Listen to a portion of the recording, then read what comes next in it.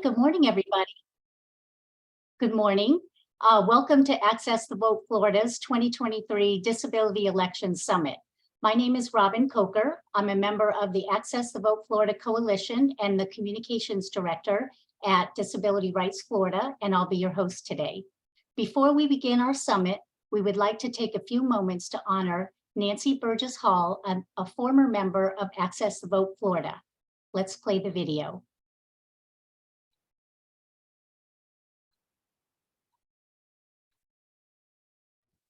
Greetings, I'm Doug Hall.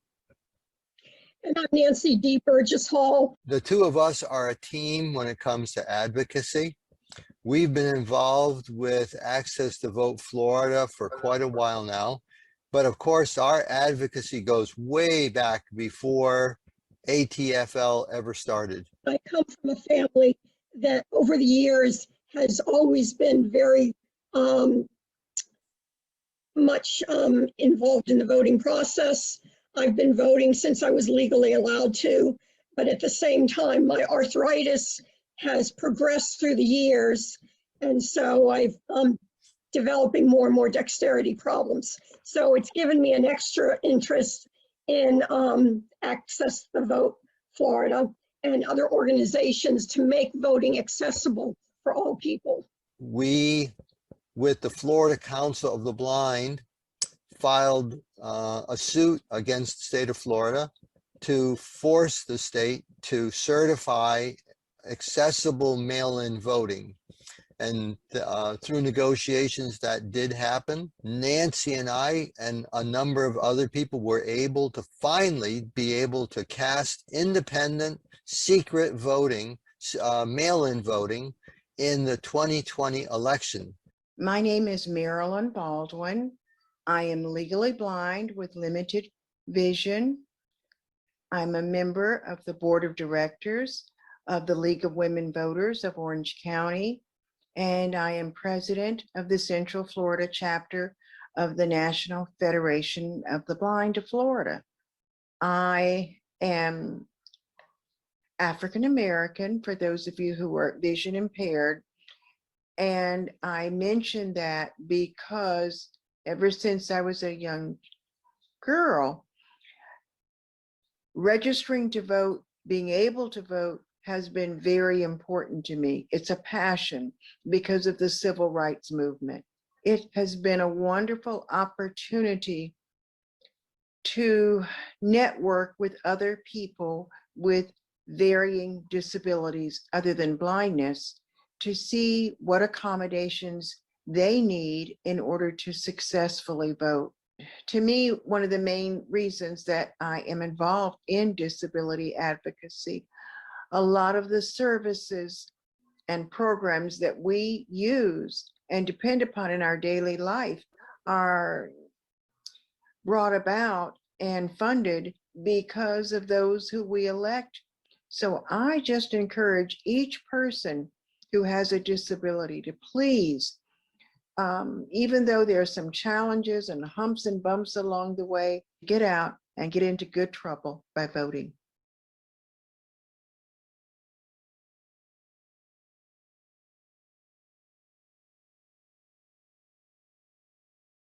You're on mute, Rowan. I'm sorry. Let me pull it back up. So the Access to Vote Florida Coalition recently established the Nancy Burgess Hall Award in honor of our good friend who was an involved, dedicated, and respected member of the coalition and an impactful advocate for the disability community, her community, and many advocacy organizations. This award recognizes and honors a member or ally of the disability community who displays a strong commitment to protecting and advancing the rights of people with disabilities through civic engagement and demonstrates significant and collaborative efforts to create systemic change for Floridians with disabilities. The nominees for the 2023 Nancy Burgess Hall Award are Rachel Seiler. Greetings, I'm Doug Hall. And I'm Nancy D. Burgess Hall. Olivia Babbis Keller, Marilyn Baldwin, and Sandra Seidel. To present this inaugural award, please join me in welcoming Nancy's husband, Doug Hall. Thank you. Good morning. I'm Doug Hall. I'm a white male. I have brown hair. I'm wearing a red, white, and blue shirt. I'm pleased to be given the opportunity to share my thoughts and opinions, and especially to honor all of our advocates who have really worked to make voting accessible. That is critical. Reportedly, over a quarter of America's people have disabilities. When you combine that with the families of people with disabilities and the friends of people with disabilities, that gives us an opportunity to have a lot of influence on elected officials and leaders and other people to make things more accessible. Except it takes involvement on all of our parts to make sure that's done. I wanted to mention briefly in terms of history, years ago, people with disabilities were excluded from being involved in society. We were thought that we couldn't do things. Things changed slowly so that we were able to do things. However, it was done by a non-disabled person that did things for us. But things continue to change to where, especially with voting, each precinct now in Florida is required to have an accessible voting machine so we can vote independently ourselves. And as was mentioned in the video, in 2020, due to a lawsuit and negotiated settlement, it was decided that every county in Florida would enable people to vote absentee with an accessible vote by mail. That's a good start. We have more to do, but it's just going to take a lot of extra work for us to get there. I want to mention that education is very important. We need to speak up. We need to participate. We need to be involved in our communities, collaborate with other people to make sure things are done. I wanted to mention that I've been going through a lot of papers of Nancy's, and I've discovered something that I wasn't really aware of, in that Nancy's advocacy goes way back. Long before she met me, she was involved in a lot of advocacy, a lot of community involvements. So her advocacy is long lasting, and both of us believe in collaborating with community agencies.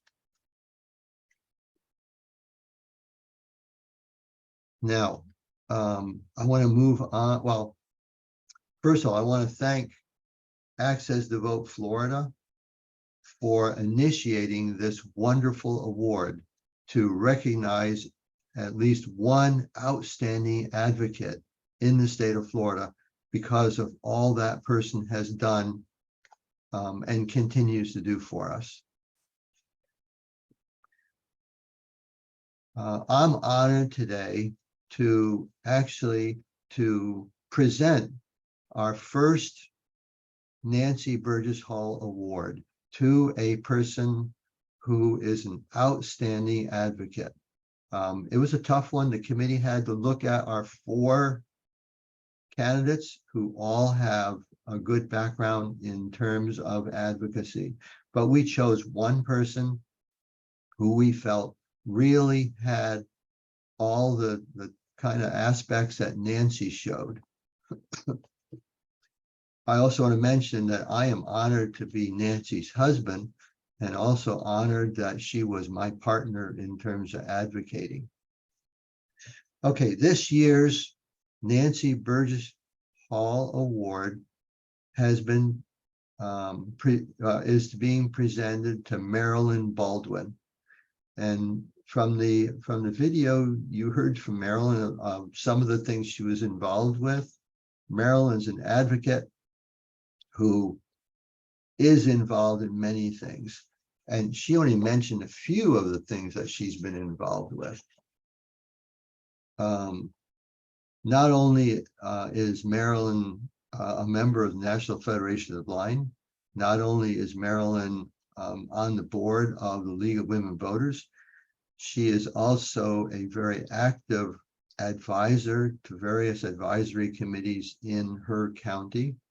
Marilyn has been a commissioner on the Transportation Disadvantage Commission in the state of Florida and has a lot of influence that way. She is an advisor to the supervisor elections in Orange County. So, just to add to that, Marilyn didn't mention it, she is also on the board of directors of Friends of Library Access, which is the organization that supports the Talking Book Library. So, Marilyn, congratulations. You are very deserving of the Nancy Burgess Hall Award. Hang on. I am very honored to receive this award in memory of Nancy Burgess Hall. I am speechless. Thank you all so very much. And it's through activities like Access the Vote that makes things happen. And that is how we make changes in our community. Thank you all very much.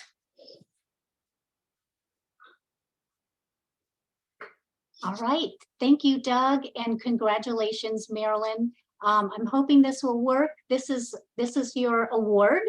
And just to give you a visual description of it, it is a blue starfish with black and gold flecks. It's made of glass and is mounted on a clear glass base. There's an inscription that reads Nancy Burgess Hall Award, presented to Marilyn Baldwin in recognition of a strong commitment to advancing the rights of people with disabilities through civic engagement, 2023. And the Access the Vote Florida logo is at the bottom of the inscription. So Marilyn will send this award to you in the next week or so, and you should be receiving it soon. Congratulations. Thank you very much again. And let's continue the good work of Access the Vote Florida. Thank you. All right. So before we begin with our first panel, I wanted to go over just a few housekeeping items. A detailed listing of the schedule of events is available on accessthevote.org. If you scroll down the homepage until you see 2023 Disability Election Summit, click that link and that'll get you to the to our schedule of events. Our election summit today will feature 3 panels and will discuss 3 important topics related to the disability vote. And we are very excited to have 2 nationally recognized keynote speakers to round out our day. After each panel, including our keynote speakers, we will leave 5 minutes for your questions. You can submit your questions in the Q&A window. Simply click on Q&A at the bottom of your screen and then type your question and hit send. Our moderators will replay the questions to the panel. As a courtesy to those with screen readers, please use the chat only for questions for our moderators and staff. We have several accessibility features available on our Zoom platform. You have the option to turn on captions in another language. To do this, click on the arrow next to Show Captions at the bottom of your screen. Then choose the language of your choice from the list. Our summit also features CART translation. To access this, click Show Captions and it should appear. If it doesn't, click the arrow next to Show Captions and then select Show Full Transcript, and that should work for you. And then finally, we have American Sign Language interpreters that are visible on the screen throughout the summit. And one note to our panelists, we just ask that you state your first name before you answer a question so that our audience will know who is talking. Okay, that's it for the housekeeping, so let's get the summit started. Our first panel is titled Disabled in Politics, Elections, and Leadership, and will be moderated by Olivia Babis Keller, Disability Rights Florida's Senior Public Policy Analyst. In this segment, our panelists will explore the challenges and opportunities faced by individuals with disabilities leading the way in politics. You'll hear about the importance of representation, accessibility, the experiences of those in leadership positions, the current state of disability rights and solidarity, and more. So please welcome Olivia Babis-Keller. Good morning, everyone, and thanks for joining us this morning. I am very excited to be moderating this panel. This is a topic that is near and dear to my heart. My name is Olivia Babis-Keller. I'm the Senior Public Policy Analyst at Disability Rights Florida and have been facilitating the Access the Vote Florida events and meetings for going on 5 years now. And it's been great to see this group grow and to have this summit every year. So I am super excited to get started. So on our first panel this morning, Disabled in Politics, Elections and Leadership, we have Jess Moore-Matthews, who is the founder of Backbone Digital, Sarah Blahovic, co-founder of Disability Victory, Dom Kelly, founder of the New Disabled South, Dessa Cosma, Executive Director at Detroit Disability Power, Stephanie Diebel, who's a school board member and a person with a disability, and Jalen Redzminski, who's the founder and CEO of Countess Inn and a Fordham Law student. So welcome, everyone. I am so excited to have you with us this morning. We have some of the questions that are specifically for individual panelists, but anyone can kind of chime in after that fact. We just ask that you raise your hand, or if you can't use the raise your hand feature, just kind of give me a head nod if you want to chime in to any of the questions and let me know, and I'll be keeping an eye out on that. So we will go ahead and get started. So we had a panel last session or last election summit on running for office with a disability. So we kind of expanded that topic, and today we're going to be talking about people that are involved in campaign work, and what about once you're elected to office and the access barriers that you face there. So that's really kind of where I want to start. The jumping off point is being a person with a disability in elected office and what that's like. So Stephanie, I'm going to toss it to you and ask, can you speak to the experience of holding, a publicly elected position on a local board, on the school board, as a person with a disability in a fairly small area, and what challenges and opportunities that presents to you, and what specifically you face being in kind of a more rural area and the unique challenges for disability with that. Yeah, hi everyone. This is Stephanie. And as mentioned, I am a part of my local school board. And I really decided to get involved because, as I already mentioned, I feel like it's so important for people with disabilities to be engaged in the community and talk about some of the issues that we face and really promote representation. I like to say disability impacts everyone. So when we're talking about and including disability, it really does impact everyone and impacts our whole community in a positive way. Some of the barriers that I've faced are making sure that where we're holding our public meetings are accessible to everyone, especially being in a rural area. The town where I live does not have any public transportation at all. And I'm an individual who does not have the ability to drive. So being able to coordinate transportation to get to these meetings is a barrier that I've had to face and overcome. And then also being able to talk to our community about the importance of making sure that our meetings are hybrid, so that if anyone is facing that similar barrier, they still have access and an avenue to be able to attend and participate in the meetings. There's also been situations where I've had to talk about making sure that equipment available at our school board meetings is available, making sure that things like microphones are working through the whole entire meeting, making sure that public comment is in an area where all citizens can be engaged. So really thinking about all those things, and especially being in a rural area, really being cognizant of people with disabilities are there. Sometimes we're isolated and spread out just because it is rural, but we're still there and we have a lot to bring to the table.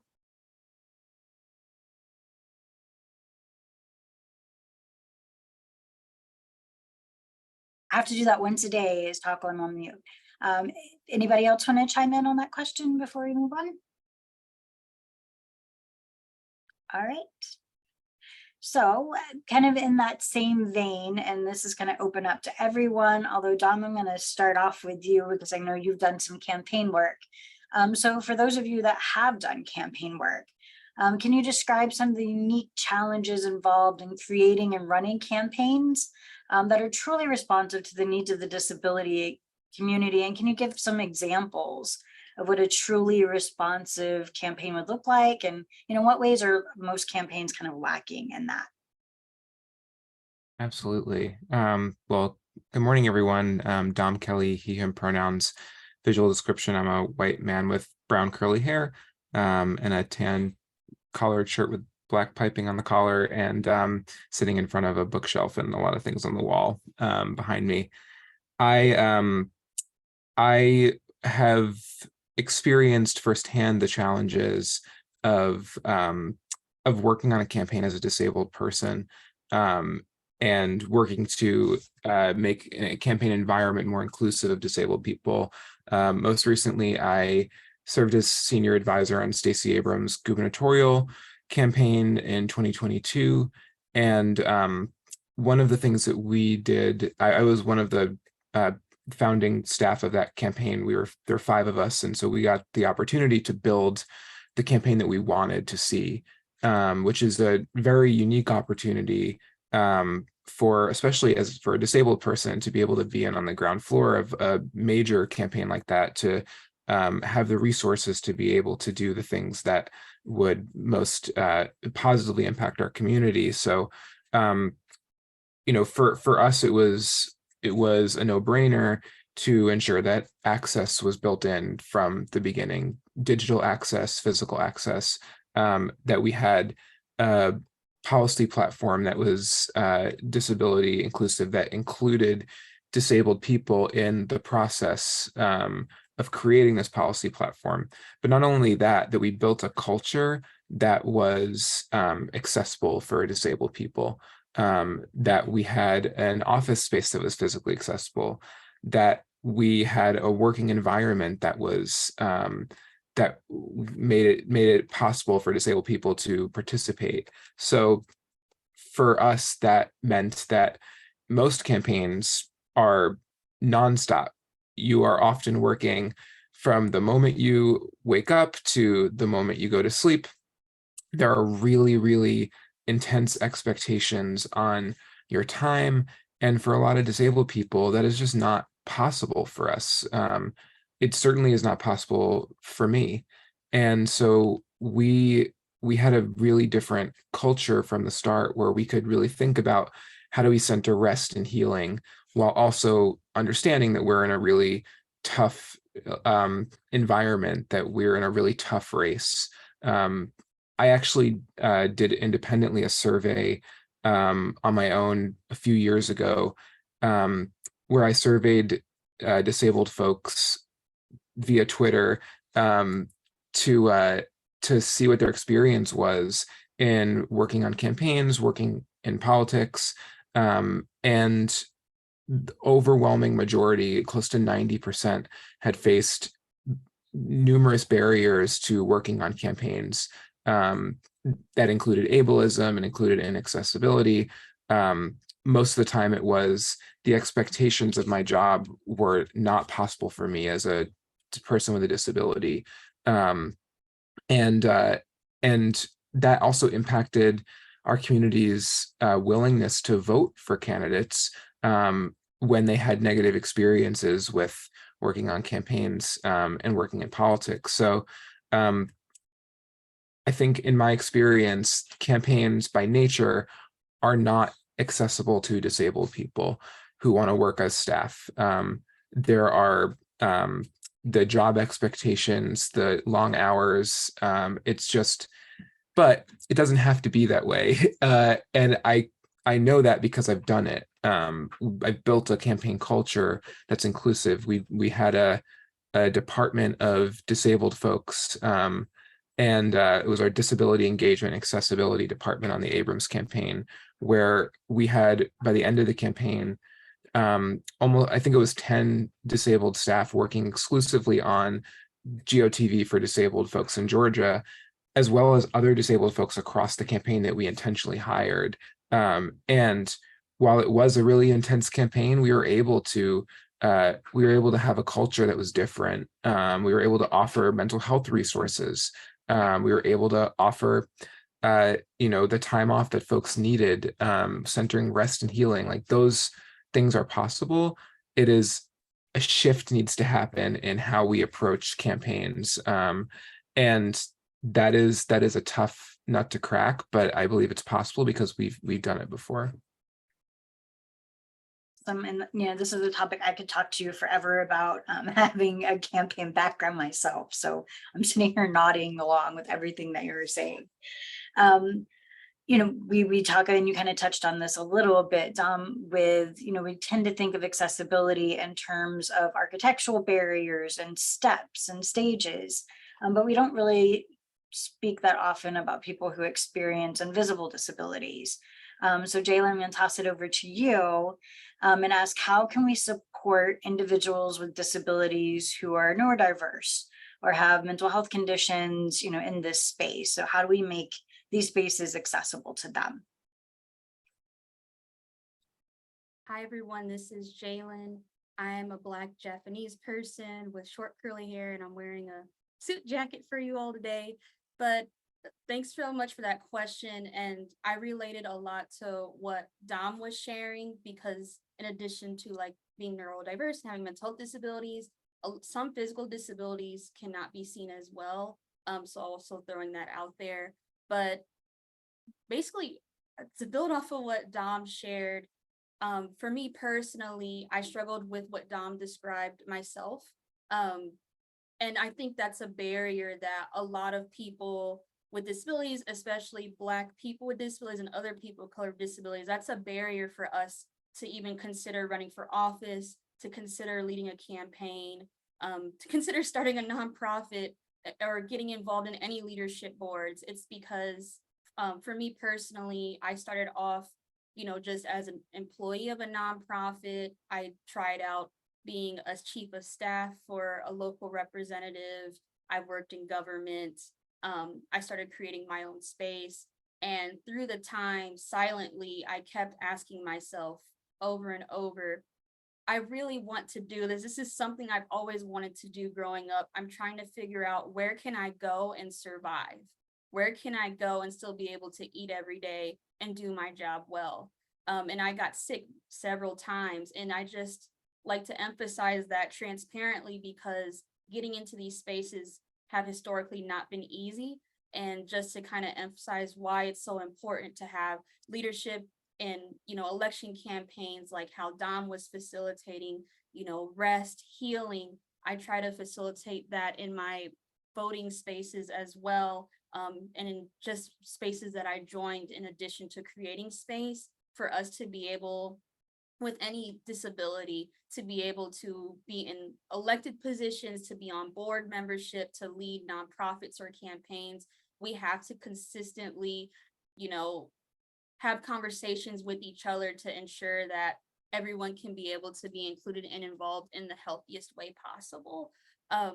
So I just like to emphasize that point. And also just for me personally, I was about to give up being in this space until I got involved, starting to create my own space to think about those type of things through Count Us In, as well as getting involved with the American Association of People with Disabilities, or AAPD's Fannie Lou Hamer program, which also touch on another important nuance that I often like to speak to, the intersection of being Black and disabled. Because a lot of times I found myself as a young person trying to break into these spaces. How can I talk about the barriers of being a Black person while also talking about the barriers of being a disabled person? And I think creating my own space would count us in, and getting involved with other young Black disabled leaders really helps me think about how can we bring these experiences together so we don't feel like we have to only bring part of ourselves in different pockets. So in addition to accessibilities of the spaces itself, I like to talk about the importance of intersections so that we could feel safe in those spaces. And finally, something that I really like to emphasize is the importance of mentorship and sponsorship of people who, look like me, people in the Black and disability community, but also people that are, I've also identified as Japanese, people that are Japanese or Asian disabled, and people just, they might not look like me, but they are eager to support. And, people like, Carrie Gray, Dana Baldwin, Maria Town, Holly O'Donnell, I have to say them, Darshan Kendrick, Amber O'Haver, Melissa Keys, and Andre Fields. These people are people in the disability community. These are people who are people of color, and these are people who may not identify as neither, but people who are willing to mentor you, to give you skills, to give you advice, and people who say like, hey, I've been where you've been before as a Black disabled person.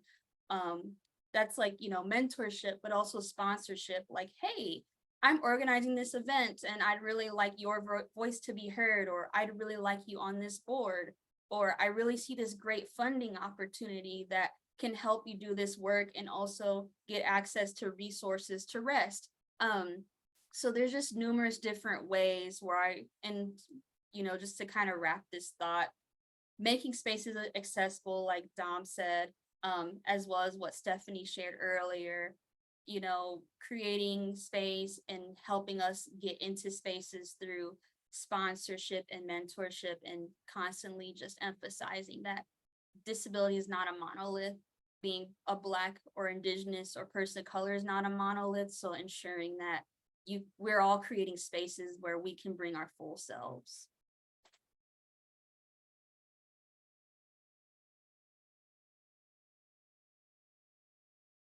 Oh, Olivia, I think you're muted.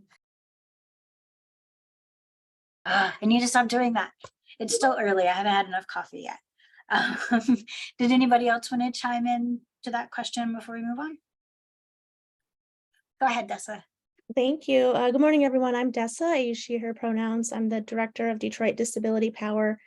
I'm a white woman with long blonde hair, wearing a blue hoodie, coming to you from my back porch here in Detroit. I just wanted to add real quickly, I love what's been said so far. And in terms of really tangible ways for campaigns to prioritize a more inclusive and accessible culture and pace and practice, any good campaign should have a campaign plan, and every campaign needs a campaign budget. And both of those are opportunities to prioritize accessibility and inclusion, and then hold yourself accountable to those priorities. So writing it into your plan in terms of what your values are and what the outcomes you want to be around disability inclusion and accessibility is a really important practice. So everyone is on the same page, so that you have the conversations and so you can hold yourselves accountable. And then planning ahead to budget for those things from jump will mean that you can then actually do them instead of being caught at the last minute without the budget and feel bad and not be able to live your values. So that's just one kind of tactical piece that I think is important to remember. We write all this stuff into campaign plans. We might as well be writing this piece into. Absolutely. I think that's a great point, and something a lot of people don't consider, that if you're not baking this into the planning process and the budgeting process and you're trying to throw it in at the end, sometimes accessibility costs money, and if they don't have the budget for it.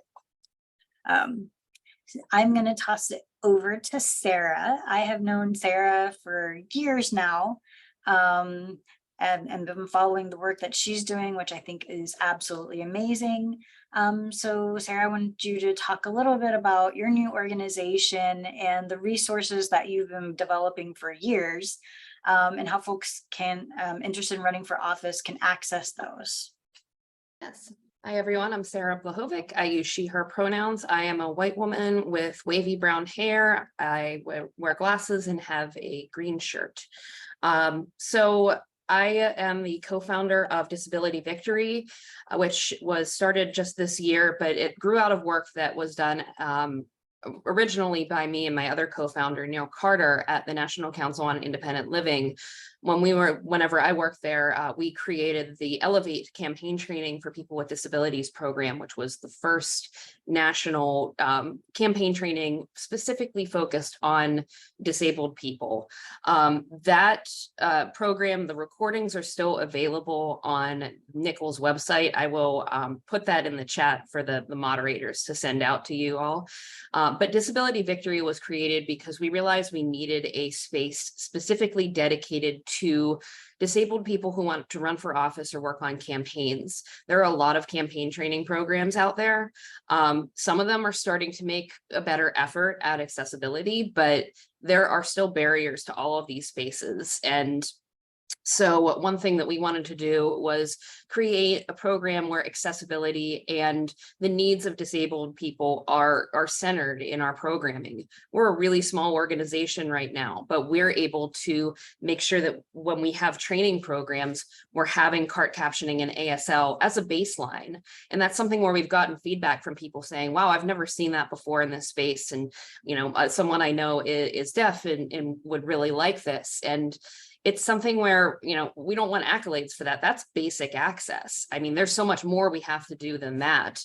But the problem is that in many of these campaign spaces and in these training spaces, accessibility is not considered a priority.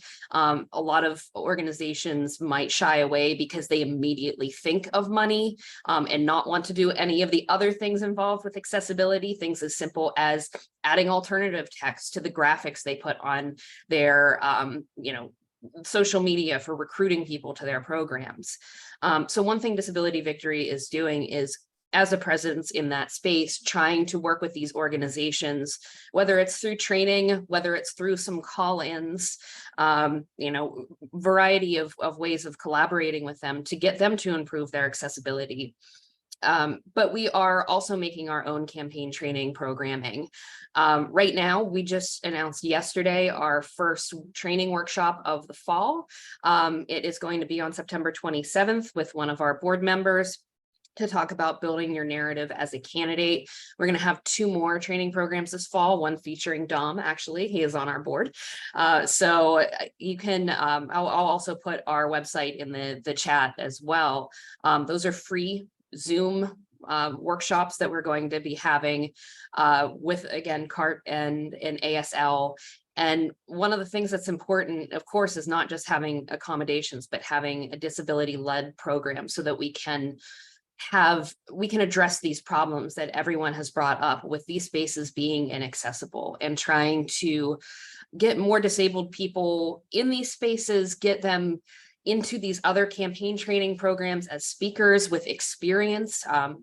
We're in the middle of a survey of the folks that we hope will be joining us for our programming. And the vast majority of the people who responded have prior campaign experience.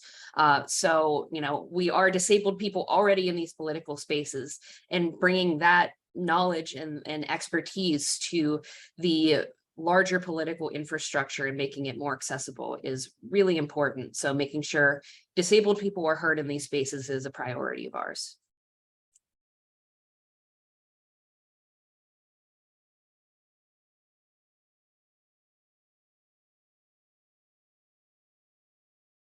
I just need to leave myself off mute because I'm going to do this every time. Jess, I wanted to toss it over to you. I know that digital space and social media platforms have been just a huge organizing space for people with disabilities, particularly due to transportation issues. And that's really where a lot of disability activism in the past decade or so has evolved. So can you speak to the importance of just using digital means to increase equitable representation? And what advice would you have for disabled candidates looking to further leverage technology this way? Sure. Thank you so much, Olivia. Hi, everyone. I'm Jess Moore Matthews. My pronouns are she, hers. I am a Black woman with long dark hair, wearing a purple and green blouse here at my house in Wake Forest, North Carolina. I got into a lot of the digital organizing work that I do because of my own experience with disability. As someone who's had MS for 15 years when the pandemic started, and I was in Texas. I'm not sure if Texas ever had a true quarantine period. We were expected, this was following the campaign that I was on. I was on the Elizabeth Warren campaign as mobilization director, and an organization I was working with was expecting us to come into the office. Actually, I think maybe 2 weeks into the pandemic when things were really still unknown. And so I started my own agency, Backbone, out of a need to keep myself safe. And what ended up happening is that everyone who ended up working with us for similar reasons. They were not able or ready to go into an office and, protect themselves from this deadly virus. And so, what happened is that a lot of us came together to hold each other, protect each other during this period that ended up turning into, more than 2 years. And essentially the work that we were doing was on social media, and it was doing, text messaging and phone banking and, email marketing, and a lot of the things that didn't require us to have to expose ourselves. So, what's really interesting to me is that I think we're at a really pivotal moment right now where a lot of candidates out of necessity had to figure out how to use these digital platforms.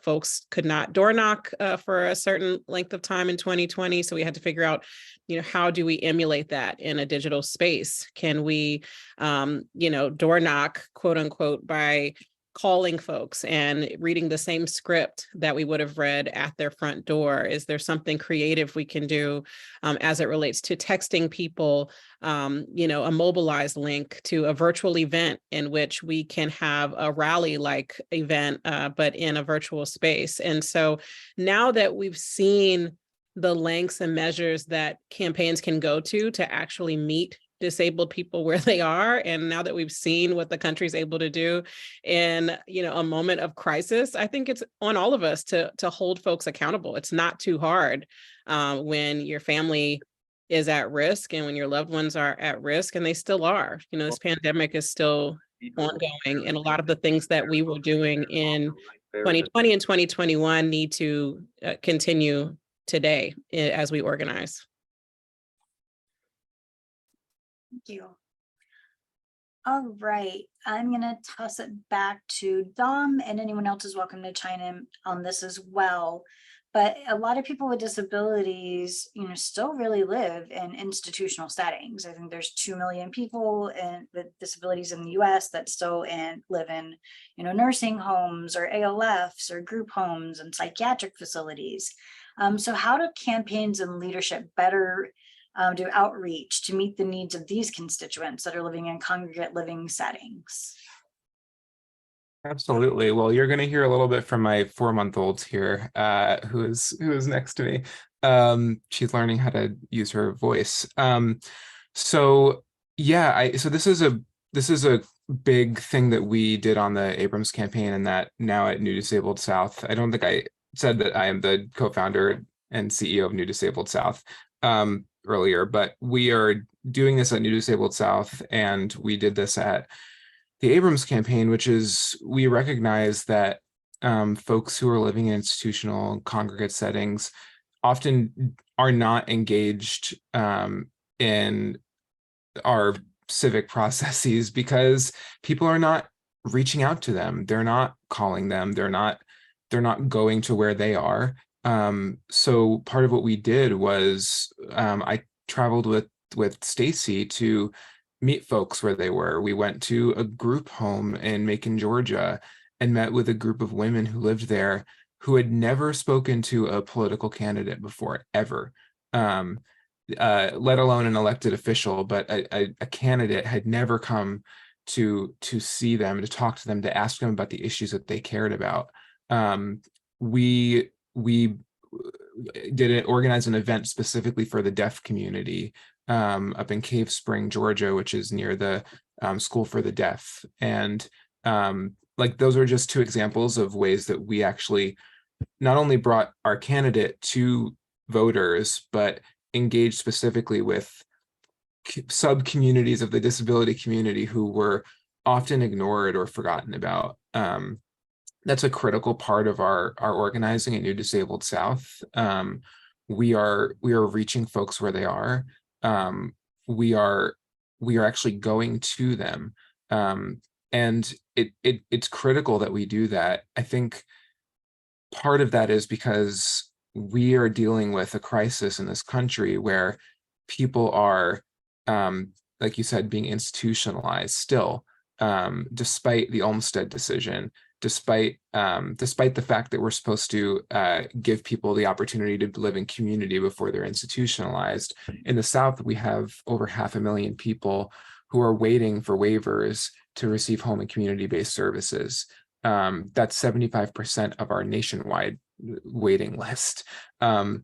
It's a crisis in the South, and unfortunately, there's a lack of political will to actually fund these waivers to get people home and community-based services. And so for us, it is not only a nice thing to do, but it is critical to us building power in our community to reach those folks, because we can't advocate for funding for home and community-based services. We can't advocate for candidates to talk about home and community-based services if we're not talking to the people who are most impacted by institutionalization. One of the things that I'm proudest of the Abrams campaign was that during the last debate that Stacey had with Governor Kemp, she talked about home and community-based services waiver waiting list in Georgia. I have never seen a candidate talk about disability in a debate before. And she did. This wasn't a thing that we asked her to do. This wasn't like in our debate prep. This was literally her caring about the issue, going and talking to folks who were institutionalized, who were waiting for waivers, and deeply understanding the issue, coming up with a solution for how to fund it, and then talking about it. So if we want our elected officials to care about issues like institutionalization, if we want them to care about the deaf community, if we want them to care about folks with IDD and the range of issues that our folks are facing, sub-minimum wage, we need to be able to build campaigns where we're actually going to talk to those people. They are voters, and they deserve to have a voice in our democracy. Unfortunately, oftentimes people are under guardianships, and guardianships take away people's right to vote, right? Like those are things that people don't know about. So we have to educate the mainstream non-disabled voters, the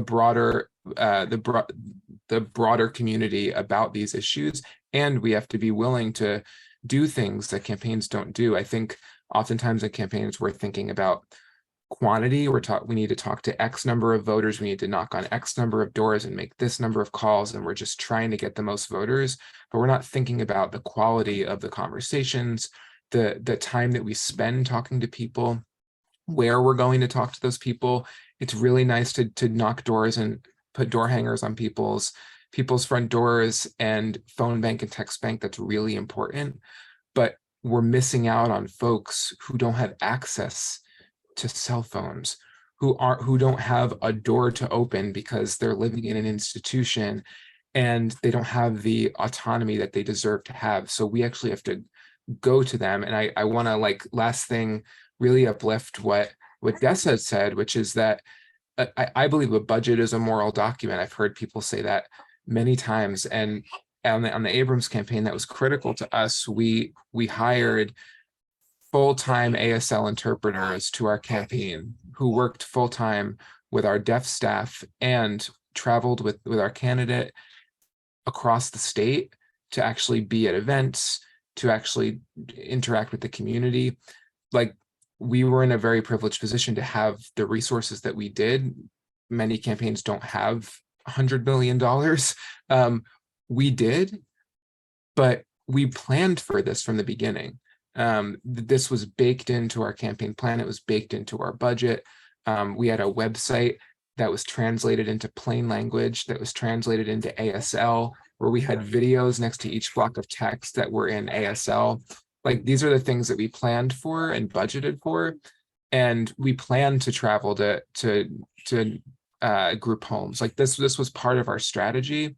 And it's critical for campaigns to be able to start doing that. And I believe my daughter agrees with me. So I'll stop there. We always love having children on webinars. It's fine. Des, I'm going to toss it over to you, although this is kind of a broad question, so others definitely feel free to jump in. Oh, Jalen, I'm sorry, I saw your hand up. Before we do that. Hi, everyone. This is Jalen. And just to build off of what Dom shared as well, I shared this in a Borealis podcast, but also wanted to share here.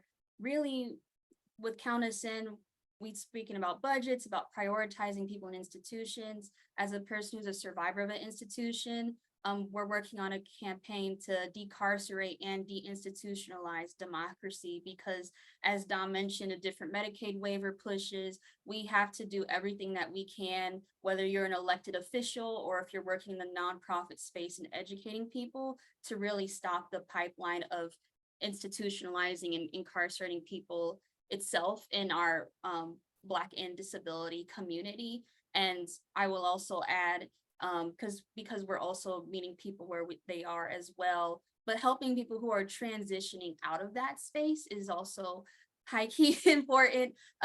So there's a lot of toxic legislation going out that's trying to disenfranchise disability vote, trying to disenfranchise people who have a history of being charged as a felon. So just making sure that we protect the access to the vote, and just for people to be able to participate in society that are transitioning out of institutions, as well as just stopping that pipeline. Because I can say, if you are in an institution, as Dom described, you do not have a phone, sometimes you do not know what day it is, you do not have access to vote, and you can miss out on a lot of important things related to civic engagement. So I also like to throw that out there as well. Absolutely. And we actually have a panel later today talking about voting in institutional settings and guardianship and being wrapped up in the criminal justice system. So stick around for that one later. So to get to kind of to the broader question, I'm going to start with Dessa, but anybody can chime in. So in the last election cycle, we saw John Fetterman running for Senate in Pennsylvania, who uses closed captioning due to auditory processing issue as a result of a stroke. For me as a person with a disability, I kind of saw this as an opportunity for, yay, the media can, kind of promote how people with disabilities use accommodations to get through our everyday life and kind of to normalize that use. But instead, he was kind of attacked for it and really had his capacity questioned. So the question we have is, how as a society can we better ensure the accessibility needs of those running for already in office or in leadership positions are fully respected, and that we kind of change the dynamic around the conversation of accommodations, that this isn't special treatment, this is a tool that we use to adapt.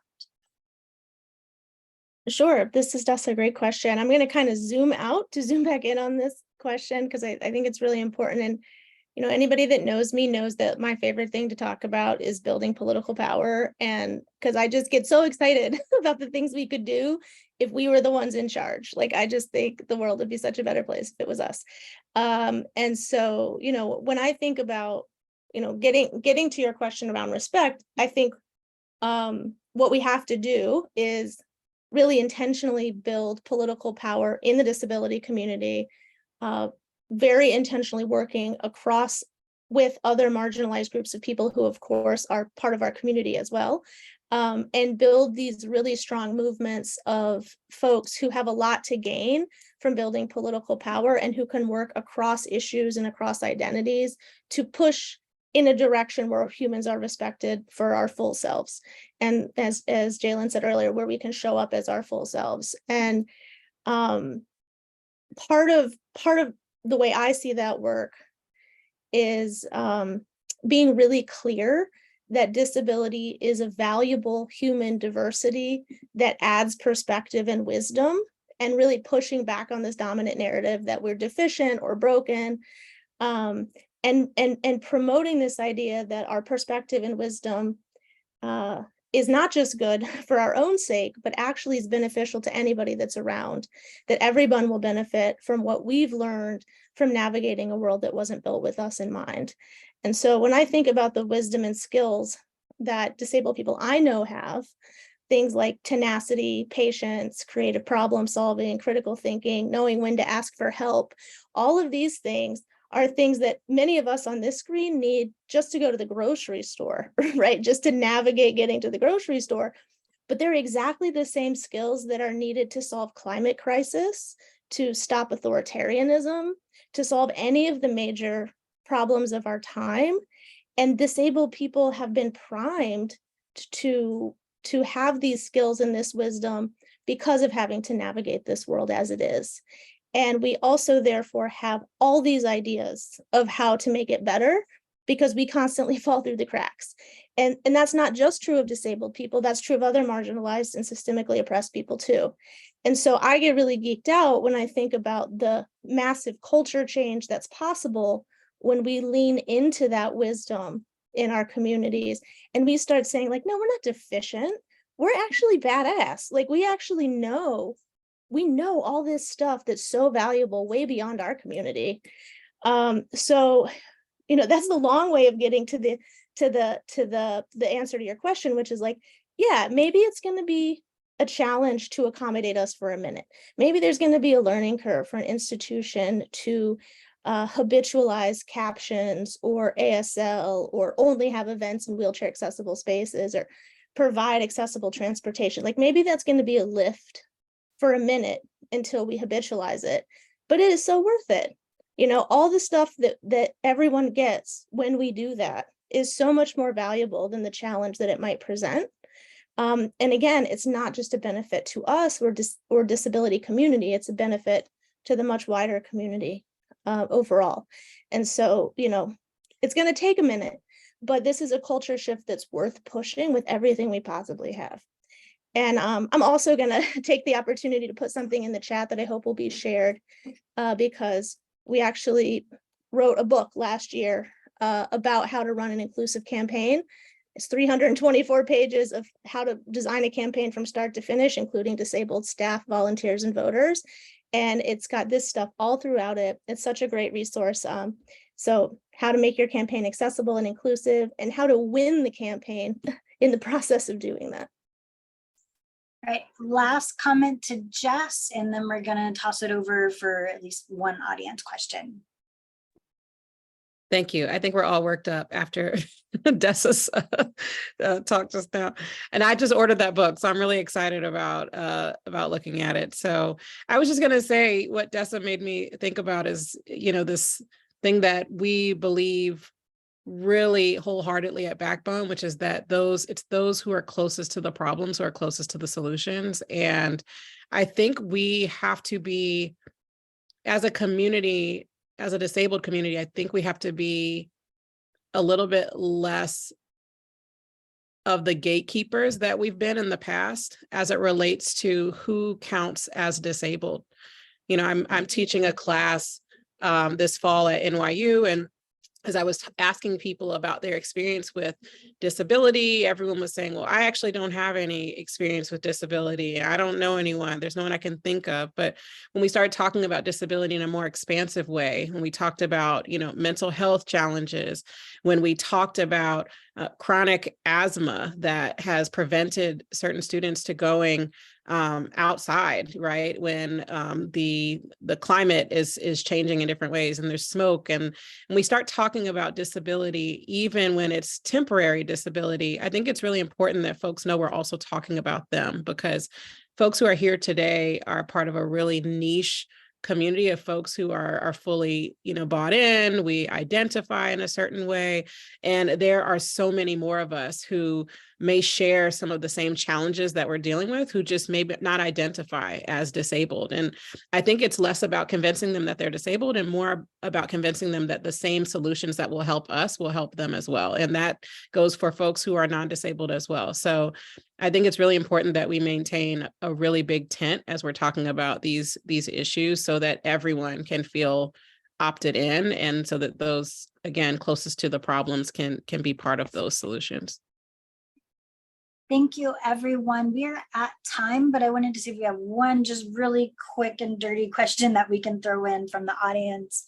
So I'm going to toss it to our chat moderator, Tony, to see if we have any quick audience questions that we can squeeze in here at the last minute. Thank you, Olivia. This is your faithful chat moderator, Tony. Our audience, which is larger than 100 people at the moment, had one quick point of clarification for Sarah. Sarah, Kimberly asked, will the training workshops coming up later this month that you mentioned include media training? That is something that we are hoping to have in 2024. So we are having 3 trainings in the fall. The first one is managing your narrative as a candidate, and that does include things around like your digital presence as a candidate as well. So that will have some aspects of that and talking about your narrative, but it's not a strict media training. One on advocating for change, and then one on building your policy and platform. We are working very hard to fundraise for our first Disability Victory cohort, which would be a 6-week program, a virtual program. That's something we're hoping to have in early 2024, and media training would be part of that. Thanks, Sarah. Olivia, you were on mute, but I had one other quick question, if anyone knows. Earlier, Dom and Mahalia mentioned phone banking and text banking, the importance of those.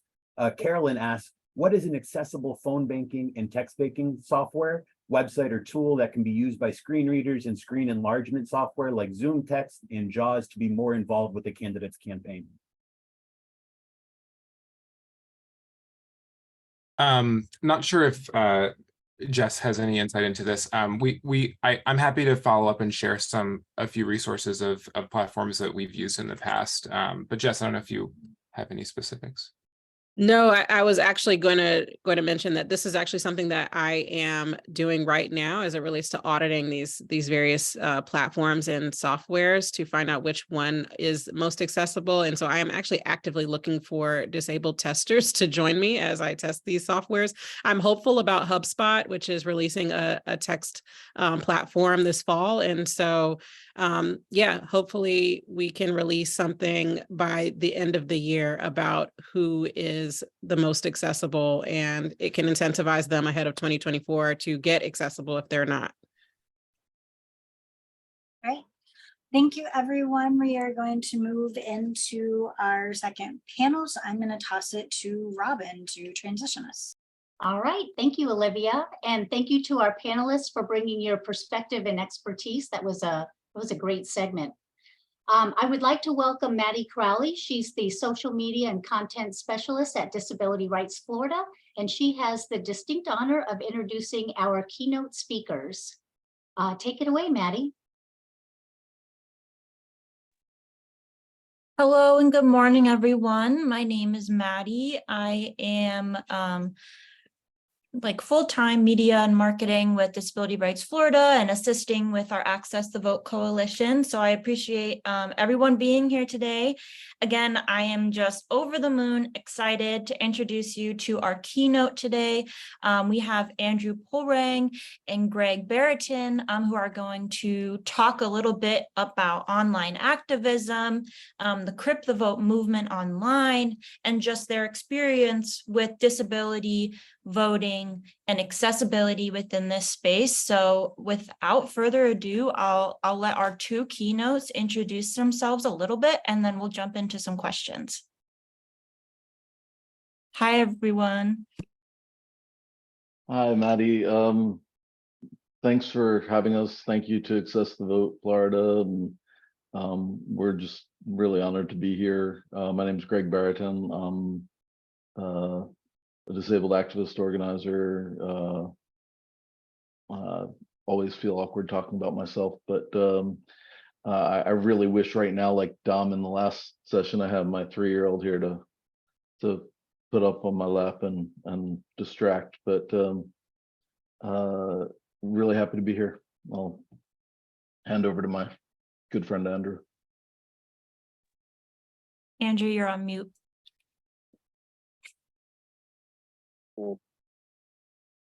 Pulrang. I'm one of the co-coordinators of Crip the Vote with Gregg Beratan and Alice Wong, who was not able to be with us today, but I'm sure we're going to be mentioning her several times in our discussions because she was instrumental in this. I've been involved in disability work rights, independent living since about 1990, and was once a executive director of an independent living center, but for the last several years I've been doing freelance writing and tutoring of writing in my hometown, but also became involved in this thing, Crip the Vote, which I never looked to get involved with, but has been incredibly rewarding and educational. So, and I'm glad to be here with Gregg to talk about today. Awesome. Well, as we kind of get started with our questions, just talking broadly, kind of what have we learned about Crip, what have we learned from Crip the Vote? And in talking about that, can you maybe give us a brief history about how Crip the Vote got started and the beginnings of this online campaign that the three of you co-created? Sure. I mean, we've been through this a few times, so it may be familiar to many. Many of us were online as part of the disability community on Twitter in about 2015, when you had this huge array of candidates running for office, and we were all noting that none of them were speaking to our community, much like, you know, many of the panelists in the last session noted. And I think Dom was talking about Stacy speaking to HCBS.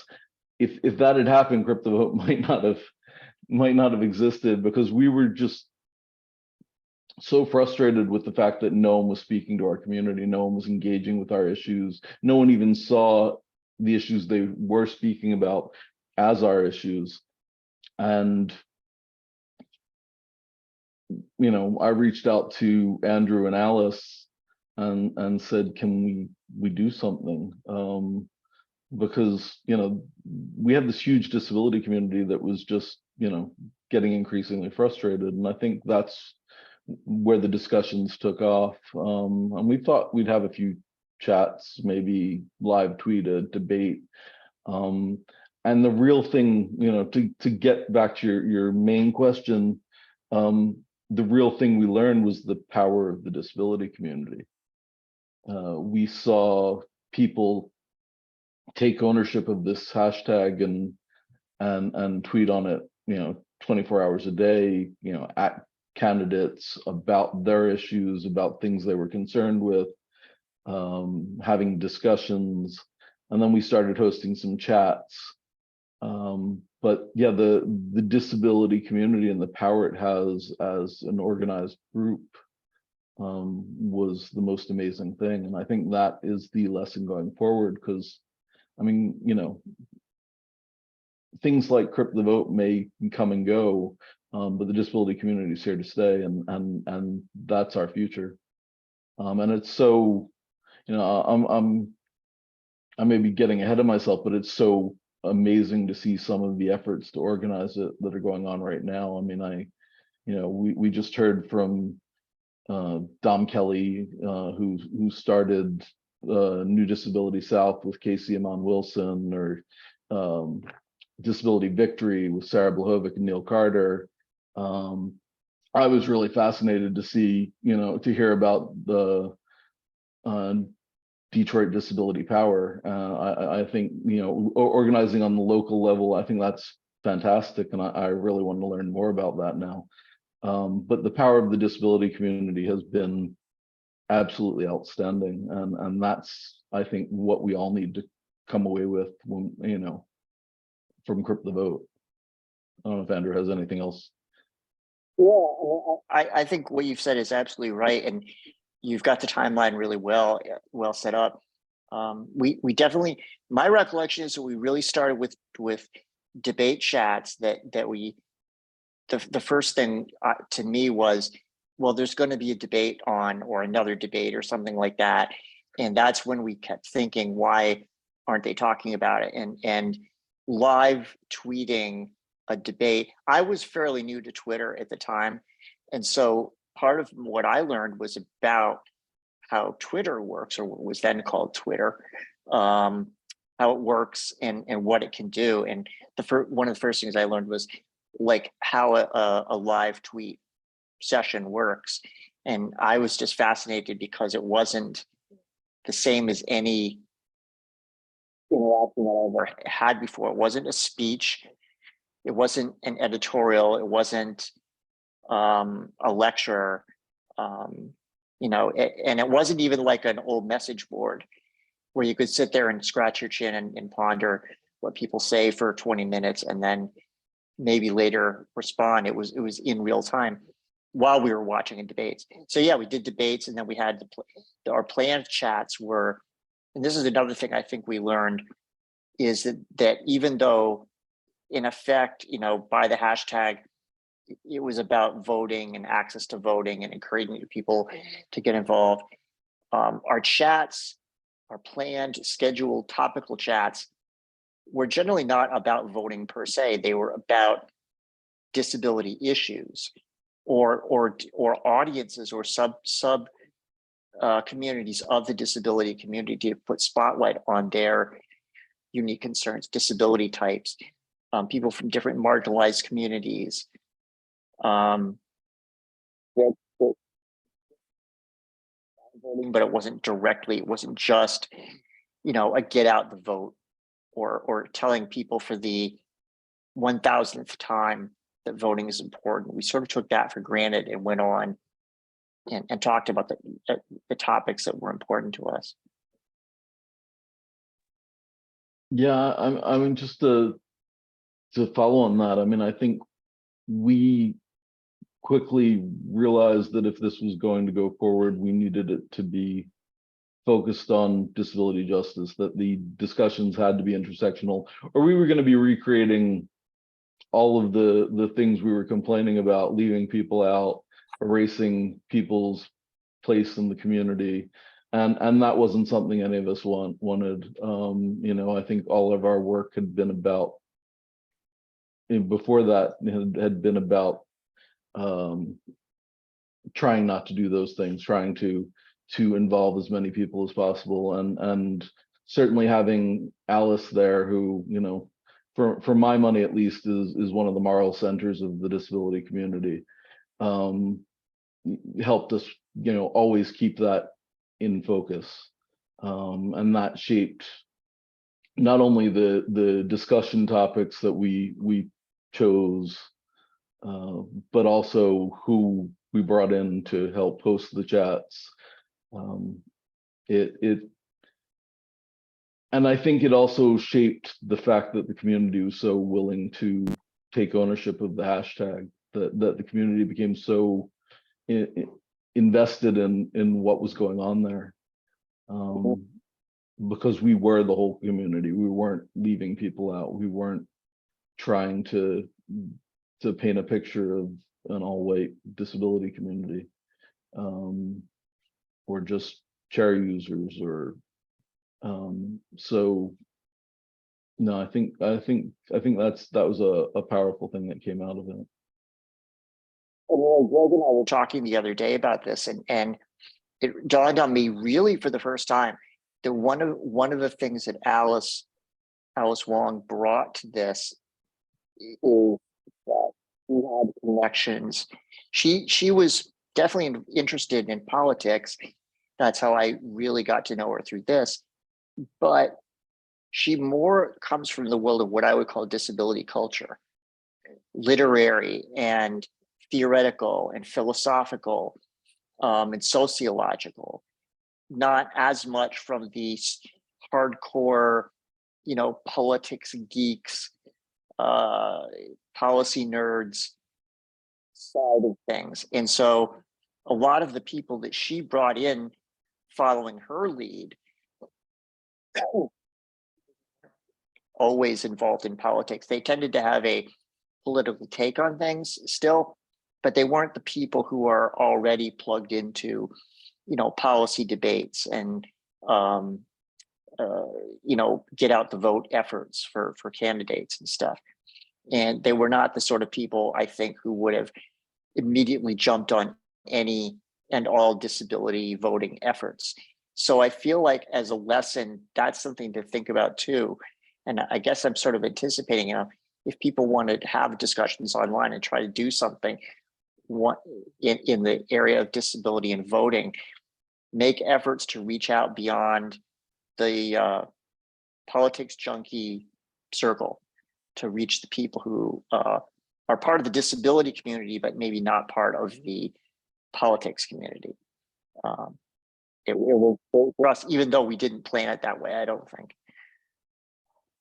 Yeah, I think that is such a good takeaway from, what we've learned from the movement and from the creation of the online space, Crip the Vote, that has only exploded since then, right? Like the value of, like Gregg mentioned, the tenets of disability justice, which include things like cross-movement organizing, commitment to intersectionality, sustainability, things like this, these themes that are so ingrained and these truths that are so obvious and prevalent in disabled folks' lives that aren't maybe sustainable, like some of the folks in the last panel were talking about in politics space, where disabled folks want to get involved in politics, but tenets of disability justice and things that are of value and like the safety and livelihood of disabled folks cannot be actualized in what currently exists in the political space. So I think that's a really important note and nugget that folks should take away, that if your organizing isn't being centered around the most marginalized, like Dom was talking about with outreach with Stacy, or making sure that text voting, things are accessible to screen readers like Jess is looking into, different things like that, I think are really important when you're calling back to the community that you want to be centering and focusing your energy towards. You have to make sure that you're actually leading with those in mind.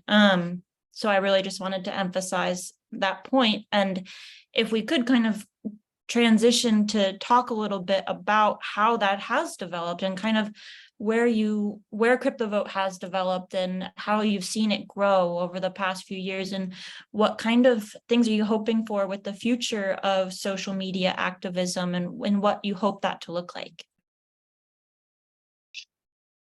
Sure. I think, the first thing that comes to mind is, unfortunately, for me, is a more technical question, is what's the deal with Twitter now?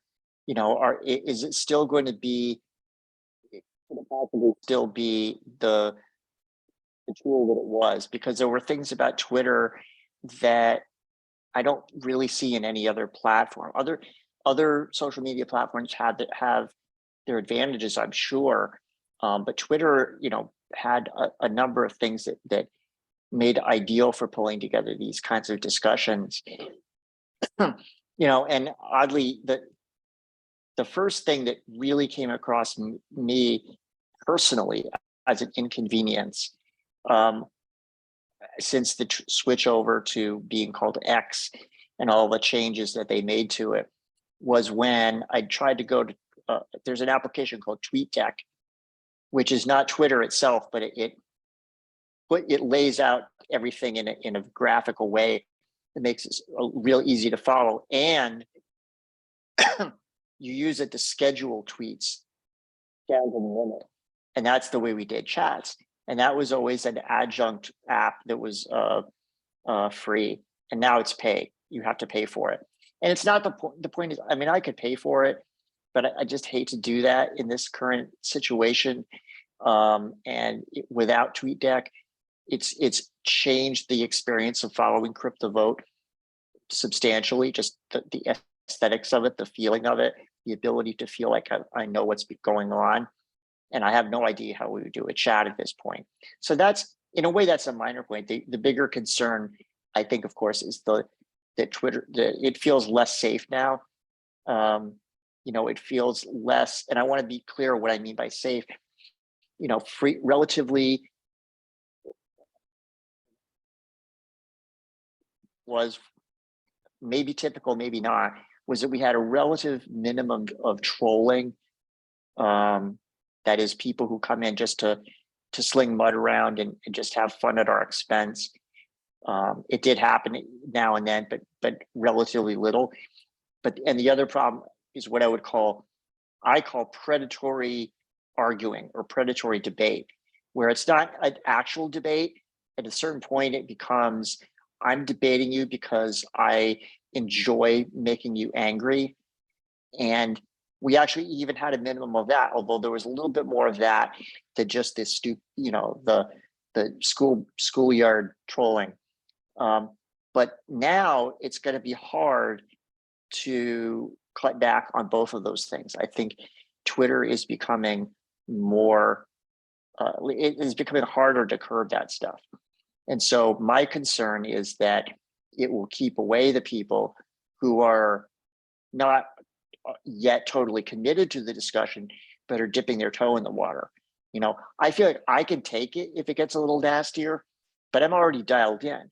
The worry is that people will just not come. They will shy away. So finding another platform, I think, is one practical problem. Maybe Gregg wants to take up some of the other more positive thoughts going forward, or maybe not. I mean, I'll second everything you just said, and I think as a space, Twitter used to have there was a feeling that Twitter had some minimal standards for protecting people. I think recently they ruled that naming an account "Gas the Jews" was not violence against people. And I think many of us were rightly horrified, and I think this is why you're seeing fewer people from the community on there. The level of engagement on the community has dropped. In the community on Twitter has dropped. But I mean, I do think there's hope out there for organizing. I mean, I think one of the things we've learned is that good organizing is good organizing. And at least we heard that from the folks in the last panel. And I think, I was listening to Jess Moore Matthews, talk about why she established Backbone. And I think, that again comes back to the disabled community getting together and organizing and showing, the value of our work and creating spaces for ourselves. And that's what Crip the Vote became for a while. It was a safe space. It was a space where people could go and they were able to say what was on their mind, what was disability politics for them. And I think we're seeing that with people, and that's wonderful. I do think there are some things to be wary of, as we go into an election year. I think we're going to see some regression. In 2020, we had unprecedented engagement. We saw every Democratic candidate produce a disability policy platform. And they were fantastic. I mean, at least as I remember them. But I think we're going to see far less of that this coming year. The least engaged of the Democrats was Joe Biden. He only put out his platform when there was an outcry from the disability community. And the Republican platform, the Republican candidates in 2020 barely engaged us. And right now they're showing little signs that they plan to this election cycle. I hope I'm wrong. But there's also worry because ableism on both sides of the aisle has become much more accessible or acceptable. You're seeing, you know, politicians like my own governor, Kathy Hochul here in New York, and Republican candidate Vivek Ramaswamy pushing greater institutionalization. And that's deemed as a policy solution by them. And it's not getting pushback from their fellow candidates, really. We see disabled people demonized after every mass shooting, you know, but yet the same politicians that do that find no problem with the violence the disability community experiences every day at the hands of police when we're in crisis. And so I think ableism has pushed forward again. And I think, you know, part of our organizing efforts and why I'm, you know, so hopeful hearing about things like New Disabled South and Disability Victory is our organizing has to focus as much, not only on bringing disabled candidates in, which I think is fantastic, but on pushing back against those narratives and making it clear that no, that is not acceptable, that we will not allow you to turn us into the scapegoats for lack of gun control or inability to control the police or keep police out of our, you know, our worst days. I'll leave it at that. Well, and Greg, I think added to along with that, what occurs to me is that those particular issues are especially important to raise through social media, exactly because you mentioned institutionalization, the gun control stuff, and I'm not sure if you mentioned the general like ageism / ableism against people like John Fetterman and, you know, the older members of Congress who are coming up. I think that's another avenue of more ableism. And of course, there was always ableism of a kind against, well, Donald Trump, to be honest. This idea that somehow it was some kind of you know, kryptonite weapon that we could use against him to call him crazy all the time, as if that was sort of you know, ended the argument or something like that. But all of those issues, unlike some other disability issues, where I think there is a certain built-in understanding that can be tapped into among the regular electorate, they just don't know it yet. They just have to have it pointed out to them, like home care and stuff like that. These issues, I feel like, have a veneer of common sense to people. And it's harder to make the case because their sense of what's obvious is so different. You know, to them, it's obvious that people who are super old shouldn't be in Congress, or people that are talk funny can't be in Congress, or, you know, that, you know, obviously when there's a mass shooting, it's got to be crazy people that we need to lock up. There's lots of people who just, that's a bedrock obvious thing to them. So we have a higher hill to climb.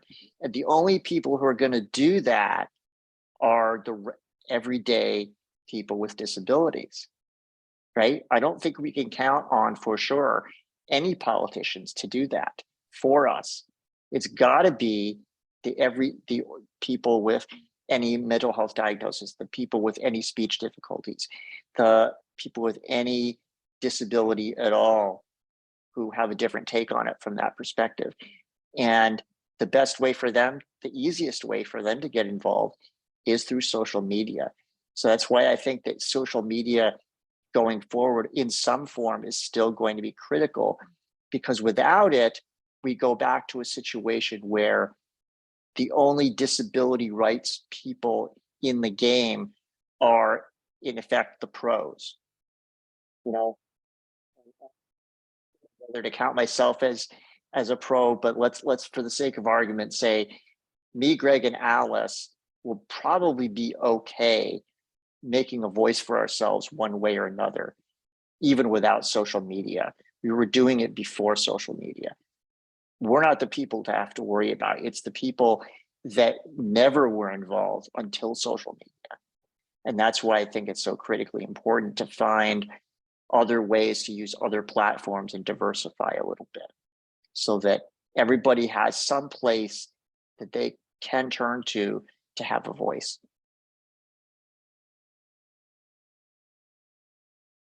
Certainly, and I appreciate both of your insight on that, and just resonating so much with what you shared as far as like disabled people know. We know what's going to keep us safe.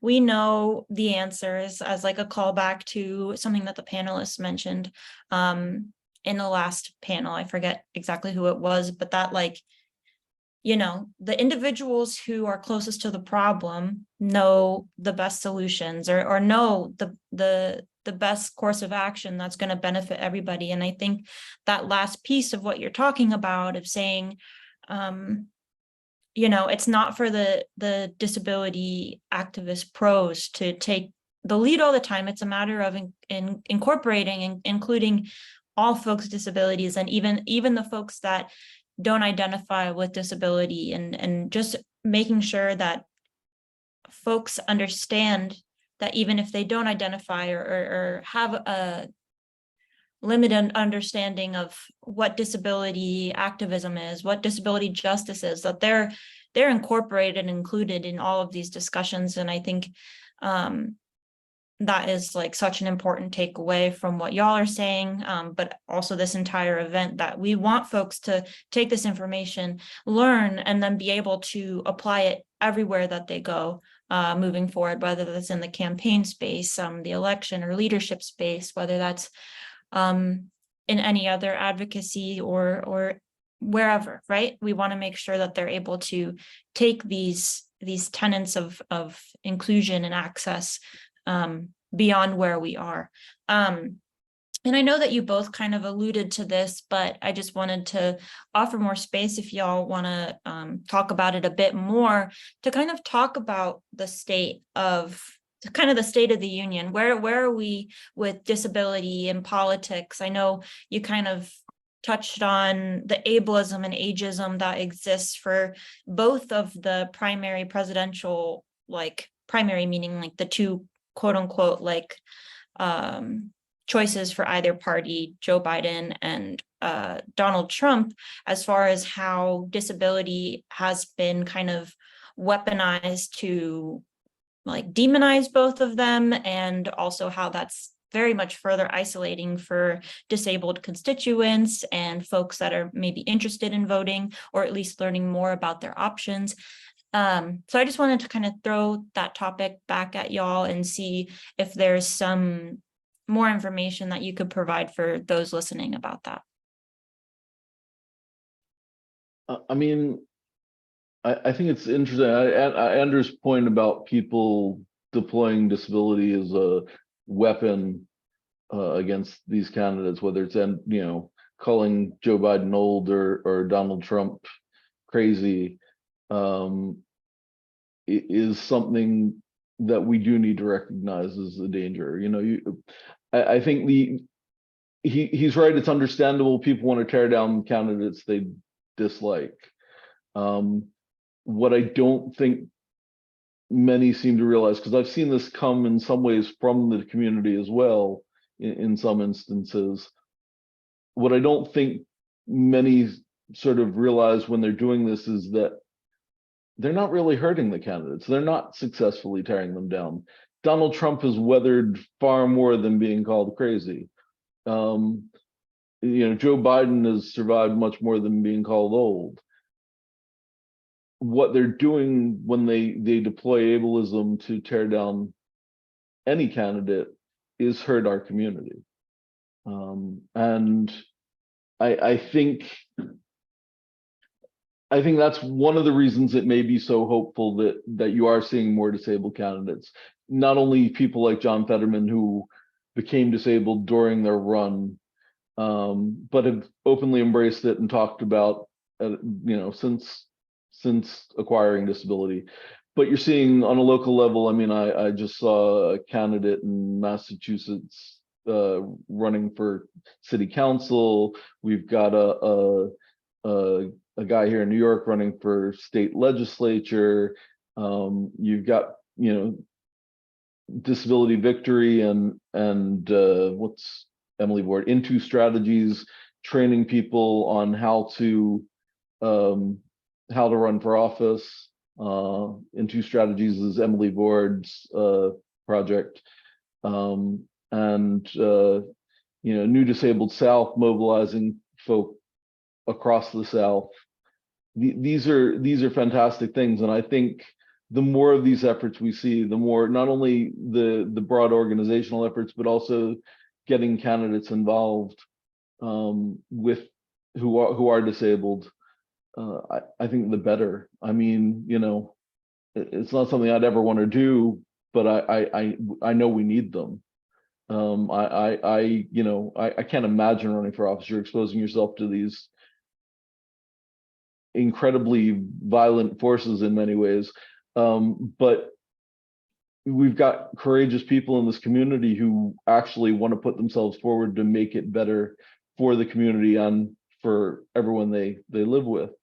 And I like that. I think that's our way forward. I think, if we can get more candidates running for local office, that's why I was so excited to hear that there's an organization today called Detroit Disability Power.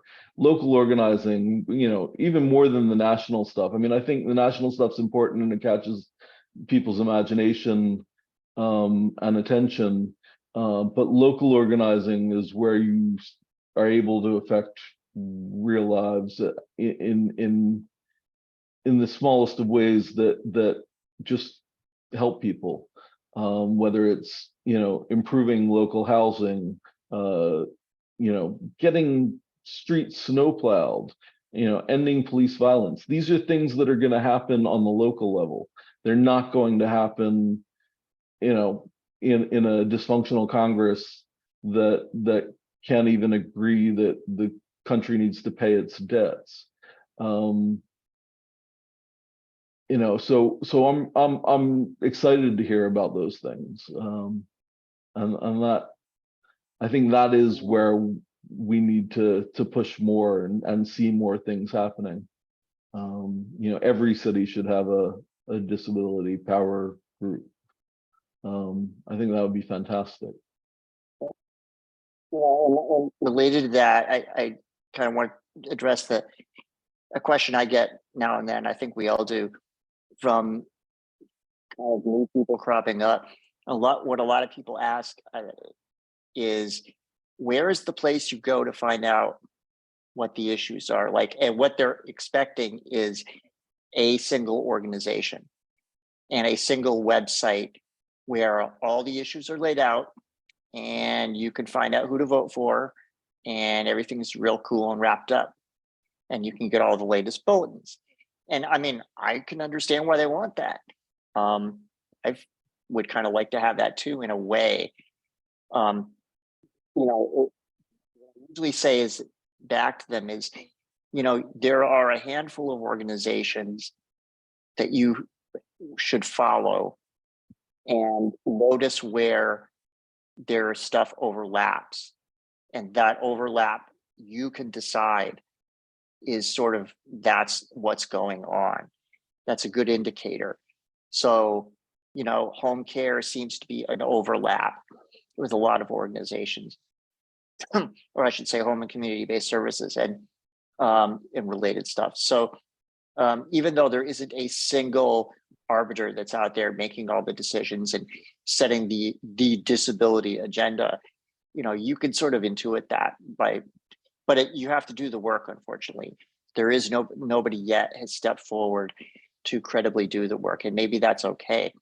The other unfinished business that I think is important to address in an optimistic way is some of the legislation that we hoped was going to pass a couple of years ago, like funding for home and community-based services that was proposed during the campaign and eventually championed and actually really put out there by the Biden administration, which just didn't get through because of 100 reasons. It was because it was part of larger bills that got tied up in a very, very evenly balanced Congress and stuff like that. And, you know, Greg and I were talking about this a few days ago, and I was thinking, you know, I spent a lot of time being upset and angry and disappointed that that stuff didn't get through, that and, you know, benefits reform and on all those things. And I thought, but you know what? The long view is that it would have been utterly astonishing if it had gotten through the first time, because really that was the first time, I believe, that that much money was proposed to be put into home and community-based services in that particular way. And that was the kickoff of what probably is going to be several election cycles for it to happen. I'm not saying I wouldn't love it to happen, you know, next year, because we have a blowout election and everything changes, but most likely it's going to take a while. And I think part of us managing our feelings about all this is knowing the difference between emergency issues where we need to take action right now, and an outcome right now is super important, like saving Medicaid from massive cuts, and the long-term projects that we would like to accomplish tomorrow, and we'll make a real try at it, but also know deep down that if it takes 8 to 10 years, we're probably still going to celebrate when we achieve it 10 years from now. You know what I'm saying? That we have to have some feeling that although something not happening can be disappointing, some of those things were always going to take a long time. We have to start at the beginning somewhere. And to me, that's basis for some optimism. And I think that's where we are now with several issues. We are in effect at the beginning. For us, it seems like forever, but for Congress and for candidates and for the voting public, these are new issues. And we're just at the beginning, and that's okay. It's also why the disability organizing that we're starting to see is so important. Because, you know, we've always said that Crip the Vote wasn't partisan, and that was important to us, but that we were partisan to the disability community. And that's what I think hopefully you get out of the disability organizing we're seeing, partisanship for the disability community. Because quite frankly, we can't count on, you know, we've seen over the decades that we can't count on any one party for change. The disability community has been shoved aside by both political parties, and that unless we organize and force our way into the conversation, you know, we can't count on either of them. Democrats had both houses for a while. I didn't see any disability reform. Republicans had both houses for a while. I didn't see any disability reform. You know, the ADA was passed, you know, by was it a Democratic Congress and a Republican president, you know, so, and that was the disability coming forward and saying, we need this. And it took efforts like the Capitol Crawl to make it happen. The disability community will force its way into the conversation. I have absolute faith in that. And I think that is what is going to take us forward on many of these issues. Yeah, and I appreciate like the extent that y'all both laid the foundation of what Crip the Vote is, kind of what brought us to where we are right now, and kind of the critical optimism we can have moving forward in the work that we're doing, recognizing that, like y'all mentioned, like for the general public, a lot of these conversations are new. A lot of these disability political organizations that are like the panelists that we had on our last panel are newer organizations, and that's awesome. But I think taking stock of where we've been and where we're going is really important to not just like the longevity of this work and like the sustainability of this work, but also of ourselves. So with that, I wanted to check in with our chat moderators and the folks that are kind of fueling some of those Q&As and see if there's any from folks that are attending. Thanks, Maddie. This is your faithful chat moderator, Tony. And we had one question. So I believe Andrew and Greg have gone extensively into some of the history of the Crip the Vote campaign and the associated hashtag, but one of our attendees was hopeful to understand more about the decisions around naming of the campaign and the hashtag. Great question. Sure. Let me see. How can I put this? It's a provocative term. It's a provocative hashtag. It's eye-catching. It's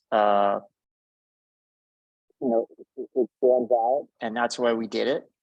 I don't think. I mean, you could go into pages of philosophizing about why it's maybe good, maybe bad, and everything. But really, it amounts to we wanted to grab people's attention. It does draw on a history of disability culture, of at least part of disability culture that has used Crip as a sort of, a form of internal solidarity and I will say even joy and humor. And, we did go to some pains to explain ourselves. That's something I always wanted people to know, is that one of the things we always try to do with Crip the Vote is explain ourselves periodically, because one thing that always bothered me about online communities is the number of in-jokes and references that new people don't know. And when nobody explains them, it kind of drives people away. So we always periodically posted a tweet that just said, what is Crip the Vote? Here's what we're doing. Here's why. A link to a page that we wrote that explained the whole thing, so that any newcomer could quickly find out, okay, what's the deal with Crip the Vote? And we always, in that, explained a little bit about the choice of the hashtag. I mean, ultimately, did it drive some people away? Probably, but I don't think it drove that many people away. And there were quite a few people that I definitely remember coming in and being kind of angry about it, or, questioning it hard, who turned around after we explained it and started to use it once they understood what we were doing and where it came from. So, yeah, I think that the flip side is using a more plain hashtag, although useful, I don't think it would have drawn the same amount of interest at that stage. I don't know if that's still true today, but there's a balance between being safe and accurate versus provocative and eye-catching, but not too offensive. Yeah, I mean, I agree with Andrew. I mean, I don't know that it was actually controversial for us in many ways, because I think we'd been in the community for long enough to see how others had used it to reclaim the language that had been used to oppress. But I think it contributed more to our success than it did to putting anyone off. I think there were other hashtags that started up around the same time that people didn't feel as comfortable going on, or didn't see as being as useful. And while some of that may be the hashtag, and I think that contributed to it, I think it was also some of the things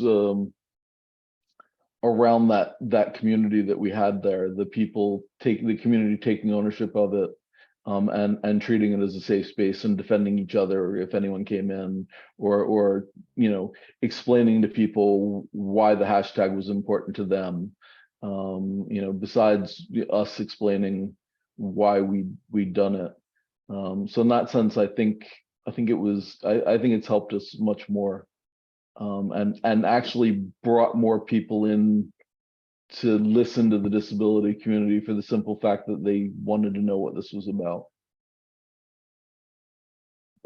The fact that it provoked inquiry, people ask questions because that in itself got them to listen to what we were doing and follow us. And I think another point to make, just to pull in a side issue, is that we haven't talked about yet, is the fact that it's always been one of our goals to not only draw in people with disabilities, but to get some attention from politicians and journalists. Our choice was because it's always been known as a place where politicians and journalists hang out, and getting them to look at what's Crip the Vote. And to be honest, when a journalist has questions, they call you and they ask, or they contact you, they ask questions and they write articles. And there you go. That's part of, if you're trying to raise issues, that's one of the ways you do it. And so, part of it's just, frankly, it's like advertising. You try to do something catchy. The trick is to do it in a way that is balanced enough, so where you don't just try any zany, dad joke or whatever. You have to have some kind of judgment, but on balance, I think it was good. Yeah, I think there is a level of importance to reclaiming language that has been used to oppress folks, and the ability to bring attention to that. Like you're both saying, it's a conversation starter. It highlights everything that the disability community has been through, and kind of the progress that's been made in these conversations online to further catalyze the community and energize politicians and folks to become invested and become interested in the needs and value of people with disabilities living in the United States. So I think we'll just do one kind of send off question. And I think just for me as a young disabled person, kind of getting more further into this space, and I'm kind of starstruck that I'm even talking to you guys, but how can we better invest in youth with disabilities, whether that's folks who are, not yet of age to vote, that are really invested in disability activism and politics, and making online spaces more accessible, and maybe running for office one day. If you could, speak a little bit to, maybe some advice or some, I don't know, welcome message to young disabled folks that are kind of coming into this identity and learning about the power that they have. I think there's so much in there, but I guess the advice I'd have is don't wait for someone to create a space for you. Create it, organize, join someone else who's organizing, jump in there, bird dog politicians, whether it's online or in person. These things don't have to take one form. I mean, the wonderful thing about Crip the Vote was that it took on so many different forms. People used it for their purposes and to create space for themselves. Create space for yourself. Go after, if you want to find out, you want to force politicians to speak to your issues, do that, whether it's, on Twitter, Facebook, whatever venue they're using digitally, do that. If you have the opportunity to go in person, that's wonderful too. Go in person and make them answer your questions, make them, hear you. Our community has had to create its own space throughout our history, whether it's in the policy space and crawling up the Capitol steps, or whether it's online and chatting with a presidential candidate. We have created those spaces and no one's done it for us. So don't hesitate. I mean, we have a great disability community. Kids are coming up. When I struggled for 15 years to accept myself as a disabled person before I did. Kids are coming up now owning the identity and having nuanced understandings of who they are in relation to it. That can only bode well for our ability to organize and create these spaces. So I'm really happy to see this generation coming up. So I guess on the other side of that coin, I think for the older folks, what that have to help for the next generations coming up is one way is to know when to step back. And I've done that a little bit. I don't know what's going to happen in the coming year, but we did make a conscious decision after the midterms to step back and not do chats for a while and to let things kind of simmer and see where they go without us constantly having a new goal and a new plan for the next year. I think we were tired. We had different stuff going on in our lives, and that was part of it. But I think for me, at least, part of it was, we've done it for a while and we've had a contribution, and maybe it's okay. We don't have to make this a permanent thing. We never set it up as a nonprofit organization. We never sought to become a permanent fixture. It's a hashtag. It's a conversation, and conversations dwindle out and turn to other conversations. So I think if people should hold that possibility in their minds and not necessarily always think that everything has to last forever in the exact same form.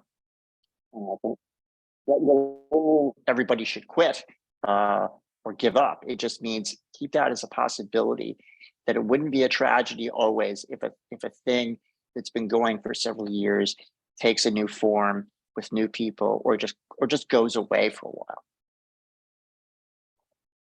Yeah, and I think that is like a wonderful kind of way to wrap up the conversation, just like reflecting that the disability community is always changing. Folks that are coming in and out of that identity, like you mentioned, youth, like coming of age into this identity and growing up with disability, like as something they own and they hold really close to themselves, like that's gonna impact how they view politics, how they see leadership, and really allowing new folks identifying within the disability community the space, like you're saying, to take up space and make themselves known and kind of reclaim the power that you guys kind of laid the foundation for. So I thank you so much for being our keynotes today. It's really truly an honor to be able to share space with you. So yeah, thank you so much. We really appreciate y'all coming on. Thanks for having us. Yeah, it was a pleasure. It's a great event you're doing. I wish I could stay for the whole thing. We'll be recording it if anybody was wondering, and we'll definitely be posting it on our social media and YouTube. So if you can't stay for the whole thing, just know that it'll be out there. Thanks a lot. All right. Thank you, Maddie, and thank you, Andrew and Greg, for taking the time to join us and sharing your experience and insight and expertise. That was a fantastic session. Okay, everyone, we're going to take a 15-minute break and return at about 11:15 a.m. To begin the break, we're going to play a short video produced by Access the Vote Florida.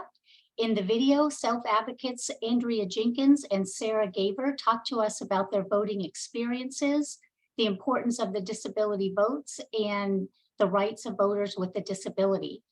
There are more videos available on the Access to Vote Florida YouTube channel, including how to use the 2 accessible voting machines that are available in Florida. So you can find that link to our videos on the resource page of accessthevote.org, along with resources on accessible voting by mail. So again, we'll reconvene at 11:15 a.m. and let's play the video. As someone with a disability going into a polling facility, knowing that I have an accessible way to vote is extraordinarily empowering. Andrea Jenkins, self-advocate, smiling and holding her white cane in a voting center. Then Sarah Gaver, self-advocate. I'm able to voice what I think this country needs, and I have the right to do it on my own with my own independence, however I'm capable. I'm Andrea Jenkins. I live and work in Tallahassee, Florida. I am wearing a blue dress with a cardigan, black cardigan, and I have hazel eyes and blonde hair. I'm Sarah Gaver. I am from Jacksonville, Florida. I am 28 years old, white female with blonde hair, and I use a power wheelchair to get around. A poll worker guides Sarah into a voting center. Then an accessible voting machine with on-screen options to vote using an audio tactile interface, sip and puff device, or paddle switches.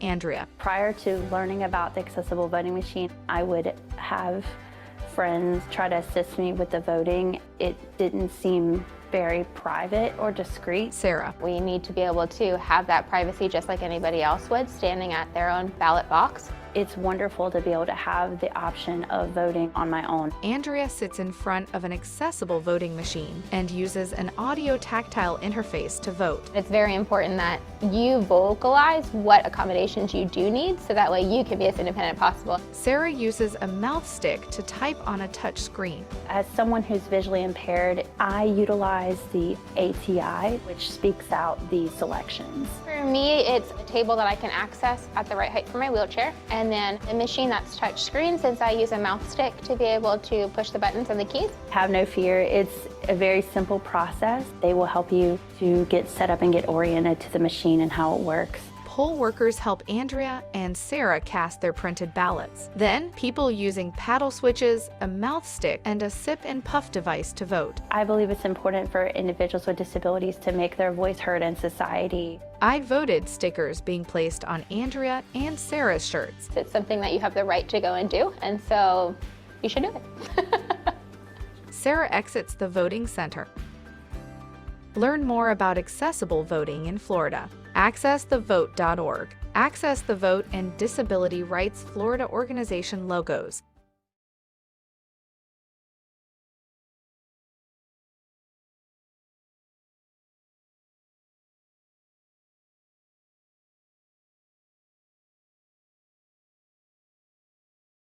As someone with a disability going into a polling facility, knowing that I have an accessible way to vote is extraordinarily empowering. Andrea Jenkins, self-advocate, smiling and holding her white cane in a voting center. Then Sarah Gaver, self-advocate. I'm able to voice what I think this country needs, and I have the right to do it on my own with my own independence, however I'm capable.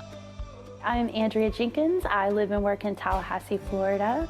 I am wearing a blue dress with a cardigan, black cardigan, and I have hazel eyes and blonde hair. I'm Sarah Gaver. I am from Jacksonville, Florida. I am 28 years old, white female with blonde hair, and I use a power wheelchair to get around. A poll worker guides Sarah into a voting center. Then an accessible voting machine with on-screen options to vote using an audio tactile interface, sip and puff device, or paddle switches. Andrea. Prior to learning about the accessible voting machine, I would have friends try to assist me with the voting. It didn't seem very private or discreet. Sarah. We need to be able to have that privacy just like anybody else would, standing at their own ballot box. It's wonderful to be able to have the option of voting on my own. Andrea sits in front of an accessible voting machine and uses an audio tactile interface to vote. It's very important that you vocalize what accommodations you do need, so that way you can be as independent as possible. Sarah uses a mouth stick to type on a touch screen. As someone who's visually impaired, I utilize the ATI, which speaks out the selections. For me, it's a table that I can access at the right height for my wheelchair, and then a machine that's touch screen, since I use a mouse stick to be able to push the buttons and the keys. Have no fear. It's a very simple process. They will help you to get set up and get oriented to the machine and how it works. Poll workers help Andrea and Sarah cast their printed ballots. Then, people using paddle switches, a mouth stick, and a sip and puff device to vote. I believe it's important for individuals with disabilities to make their voice heard in society. I voted stickers being placed on Andrea and Sarah's shirts. It's something that you have the right to go and do, and so you should do it. Sarah exits the voting center. Learn more about accessible voting in Florida. AccessTheVote.org. Access the Vote and Disability Rights Florida organization logos.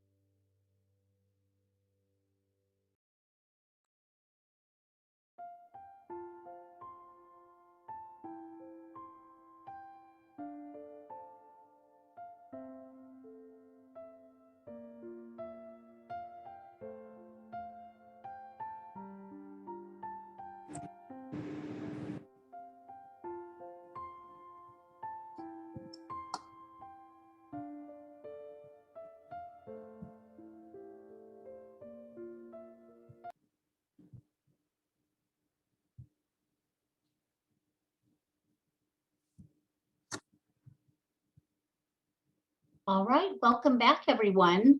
We're going to move right into our second panel titled The 2024 Election and Voting Landscape. During this panel discussion, experts and thought leaders will share valuable insights on the evolving voting landscape and its impact on the democratic process in the upcoming 2024 election. Panelists will discuss voting laws, your rights, efforts to make voting easier and harder, and the political landscape broadly. With the election year fast approaching, the panel will explore the political dynamics and changes influencing the democratic process. Our panel moderator is Laura Lee Minatello, the voting access advocate and outreach specialist at Disability Rights Florida. Please join me in welcoming Laura. Hi, everyone. I'm so excited to be here with you today. As Robin said, I am the voting access advocate at Disability Rights Florida.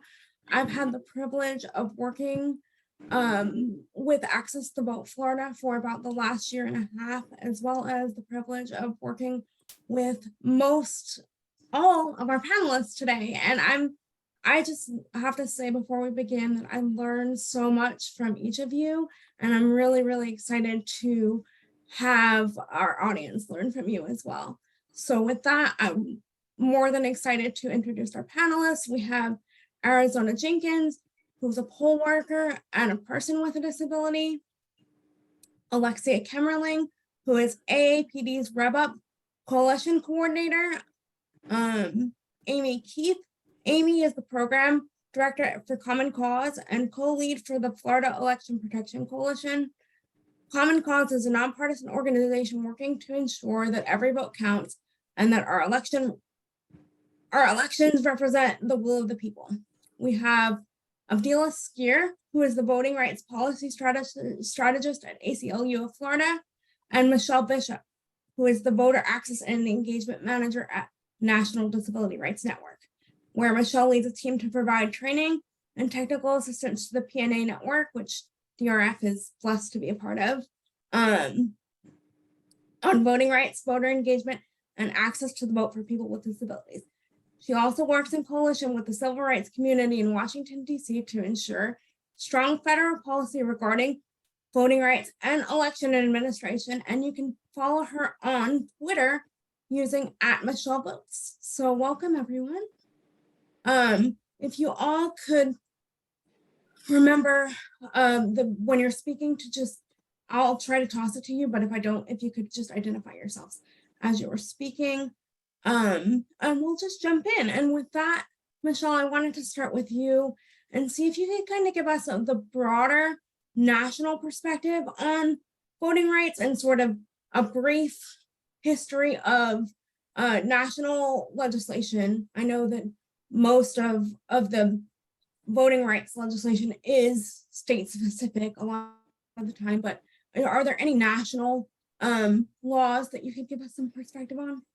Absolutely. Well, thank you everyone so much for having me today. I'm so excited for Disability Voting Rights Week. This is my favorite week of the year, except for, election week. But my other favorite week of the year, Disability Voting Rights Week. I'm actually on the road right now. I'm at National Federation of the Blind in Baltimore at another event because it's a very busy week for us, but I'm so excited and proud to be here. So thank you for having me. Laura, I will try to be brief, but if I go on for too long, you feel free to cut me off. Okay. I also apologize to our interpreter in advance because I'm a New Yorker by birth and I talk really fast. So I try to slow down, but somebody holler at me in the chat if I'm going way too fast. So this is a great question. And you already made a really important point that most of our laws around elections are state laws. And as well as local policies and procedures that really determine how it is that someone's able to vote, particularly people with disabilities. But we do have somewhat of a patchwork of national laws to rely on, or federal laws, if you will, to rely on as well, that protect the rights of people with disabilities, going all the way back to the Voting Rights Act of 1965, which does guarantee to people with disabilities the right to the assistant of your choice if you need assistance when voting. The only limitations on around that, or that it can't be your employer or your union representative. But other than that, it can be the person of your choosing, whoever it is that you trust, to help you mark and cast your ballot in the way that you intend, whether or not that's a friend, a family member, a coworker, staff. If you live in a long-term care facility that assist you there, they don't have to be voting. That doesn't have to be their polling place. They don't have to be over 18 or a citizen or any of those things. It's the person of your choice. The gold standard, of course, for voting accessibility is still the Americans with Disabilities Act, the landmark piece of civil rights legislation to which we owe so much, which gives us all the regulations we have about accessibility of polling places, accessibility for remote voting options like vote by mail and absentee voting, accessibility of ballot drop boxes, if that's something you're able to use where you are, and something that we really rely on to make sure that our elections officials have the guidance that they need to figure out how to make voting accessible for everyone. But we also have the National Voter Registration Act, more commonly known as Motor Voter, that says that state offices that serve people with disabilities have to offer them the option to register to vote. We also have the Help America Vote Act, which got rid of, if anyone is old like me and remembers punch card voting machines, got rid of those punch card machines that were really inaccessible for pretty much everyone, but definitely for a lot of people with disabilities, and gave us new electronic voting equipment that helps us to be able to cast our ballots more accessibly. We haven't perfected it yet, but it's way better than where we came from, 20 or so years ago. We are also right now talking about pieces of federal legislation that could change a lot about the way we vote. Things like the Freedom to Vote Act, formerly known as the For the People Act, which have a lot of things in them that are really beneficial to people with disabilities, but could also create a national mandate for paper ballots, the only exception being military and overseas voters, and not people with disabilities for whom paper ballots are inaccessible. So there's some things that we also want to get amended in that bill as well. We're looking to fully restore the Voting Rights Act and the federal preclearance that came with it. But as I'm sure everyone who's probably in this summit knows, legislation isn't moving fast in DC right now. And the odds that those bills are going to go anywhere anytime soon, well, I don't want to say it's not good. I like to keep hope alive. I'll say the action right now is really in the states. And that's why I think what you said at the start of this panel was really so critical, Laura, that not only are the majority of the laws that regulate how we vote at the state level, but that's where the action is right now. That's where we're seeing a lot of changes in 2020 because of the COVID-19 pandemic. We made a lot of changes on the fly to how people vote when everyone needed to socially distance, and we were all trying to figure out how we're going to have a presidential election and a pandemic at the same time. We expanded options for early voting. We expanded options for voting by mail. We started using more curbside and drive-through voting and drop boxes, and all this menu of options to offer voters that make it easier to pick what works for you, to make it possible for you to cast your ballot. And now since 2020, we've seen a real mixed bag in most states of taking some of those changes and making them more permanent because we saw how much good they can do for access to the vote, as well as some pushback on trying to roll back some of those changes that we made. So I'll just kick us off by saying that I think that the work that we're doing in the states and the issues that we're talking about today at tables like these are incredibly important, because that's where the change is going to be made. That's where decisions are going to be made that really affect access to the vote for people with disabilities. So with that, I'll pass it back to you, Laura, but if I missed anything really important you wanted me to hit on, let me know.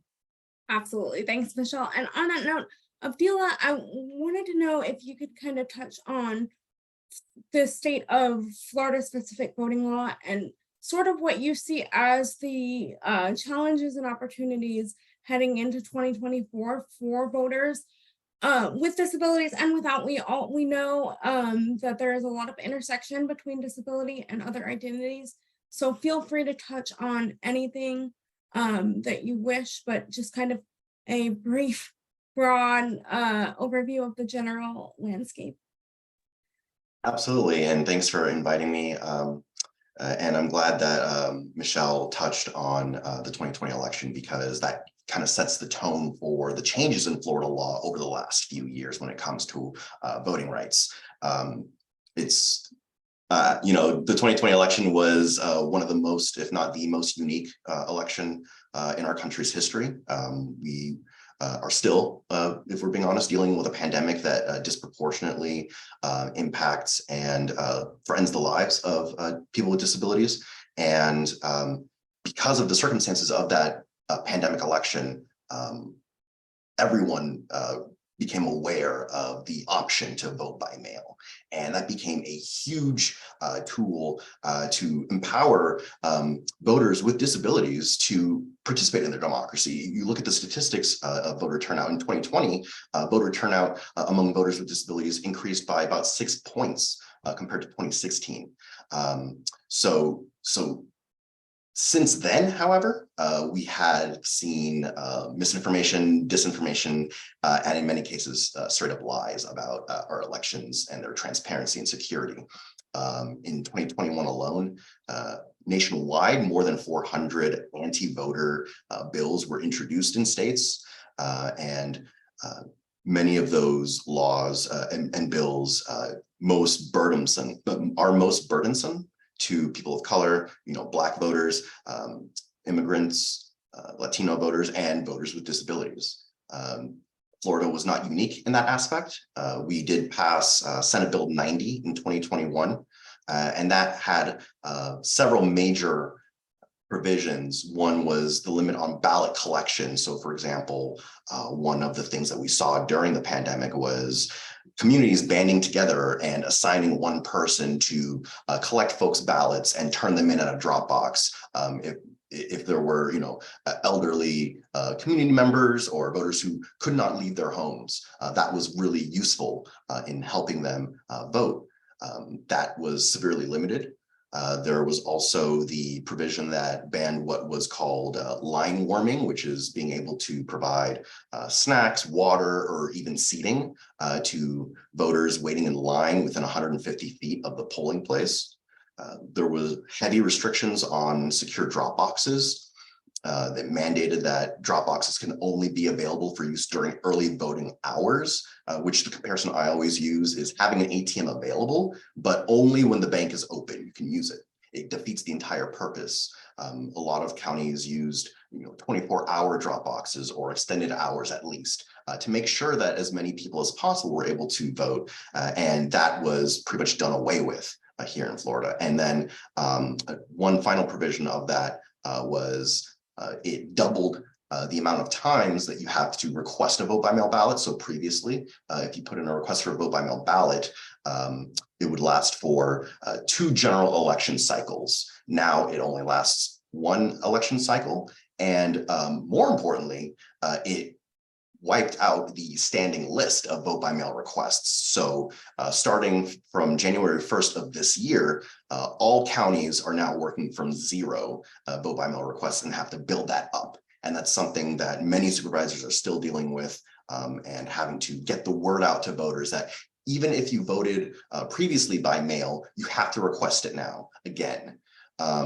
And that's already having impacts on our elections. In 2022 in Palm Beach County, which is the 3rd largest county in the state, about 190,000 voters lived at least half of a mile farther away from a drop box compared to 2020. Another challenge that we have here is misinformation and misunderstanding from the public. So for example, in April of last year, Governor Ron DeSantis said after the passage of another anti-voter law, he said that Florida had stopped drop boxes, and that wasn't true. What had happened was that they changed the name in statute from drop box to secure ballot intake stations. So that option is still available, but there is the possibility that people don't know that it's still an option for voting. A voting system is not accessible if it doesn't allow people with disabilities to vote privately and independently. And as was previously mentioned in one of the discussions, that option wasn't really available, and it still isn't available at a large enough scale with the accessible vote by mail option. Talk to a lot of the supervisors, and everything always comes down to resources. And you talk to them and they say, oh, well, only about a dozen or so voters voted this way, so it doesn't really make sense to invest much effort or resources rather into that. But it's kind of a chicken and an egg situation, right? Is the cause, is it that not enough voters are requesting that method, or is there something structurally, or is there a lack of outreach to voters to let them know that this is an option that they can request if they need it? So everything always comes down to resources, but budgets are a statement of your budgets are a policy choice, right? So the policy choices in Florida right now are not in line with where they need to be. And that's why it's incumbent on us as advocates to organize and mobilize folks to make it clear to policymakers that the right option should be the one that's politically convenient.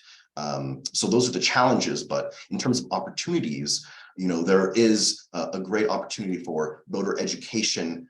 We're seeing a lot of organizations and activists reach out to different communities that are disproportionately impacted by anti-voter laws. Like I said, the Black voters, Latino voters, the disability community, younger voters. Those are all communities that are being reached out to now, and informing them not only of law changes, informing them of their rights, and then further from education, mobilizing them, ensuring that they do sign up for vote by mail, and letting them know what they can do as an individual to better advocate for themselves and advocate for their community. Absolutely. And on that note, you gave us a few examples on mis and disinfo, and I know that's something we've dealt with a lot in Florida. And Amy, I just wanted to know if you could kind of expound on maybe the things that we expect or have been seeing as far as misinformation or disinformation that's been spread, and kind of to Abdilla's point, how we might mobilize to combat that. Absolutely, and thank you for that. So, and thank you, Laura, for hosting this panel. Basically, as we head into 2024 in our current context, it's just harder and harder for voters to know what is real or correct, or what to trust, especially when we see growing use of artificial intelligence, when we consider our very politically polarized political and media environment, and the issues we see with social media platforms enforcing their own civic integrity policies. So I just, one of the things, and Abdillah talked about this a little bit, there are kind of different things going on in the mis and disinformation universe. And it's good to note that disinformation is really when we're talking about a deliberate attempt by a bad actor to mislead people. And that's something we definitely expect to see more of in 2024. Misinformation, on the other hand, is incorrect information that's not intended to mislead people, but even unintentional misinformation can result in voter disenfranchisement. To give a further example, beyond the one that Abdillah mentioned about secure ballot intake stations, we've seen ordinary election day challenges, such as a machine breaking down, blow up to a disproportionate level. It's important, of course, that any issue that's creating a barrier to voting gets resolved quickly, like a machine issue. But in our current social media universe, the problem with the machine could be fixed in 20 minutes, but then that is still going viral on social media. And that can lead to people thinking that they can't go to that polling place to vote. Or it can lead to people thinking something nefarious is going on when it isn't. And it can even lead to harassment of election workers, which we know is a growing problem. We've also seen cases of people who don't really know how the election process works, thinking that normal secure procedures are something nefarious, such as if a voter is instructed to place their ballot in a secure box when a scanner machine is perhaps malfunctioning, that procedure may be something that's actually ensuring access by enabling the ballot to be secured for counting without the voter having to wait. But some people may think it's suspicious and spread misinformation. Even they might be well-intentioned, but they could still be spreading misinformation about what's going on, because our regular people just don't necessarily know all the procedures that go in place for ensuring that all ballots are accounted for. So that's just what can happen with misinformation, even outside of the disinformation universe. So there are some best practices that we encourage that kind of can help us kind of pragmatically deal with mis and disinformation.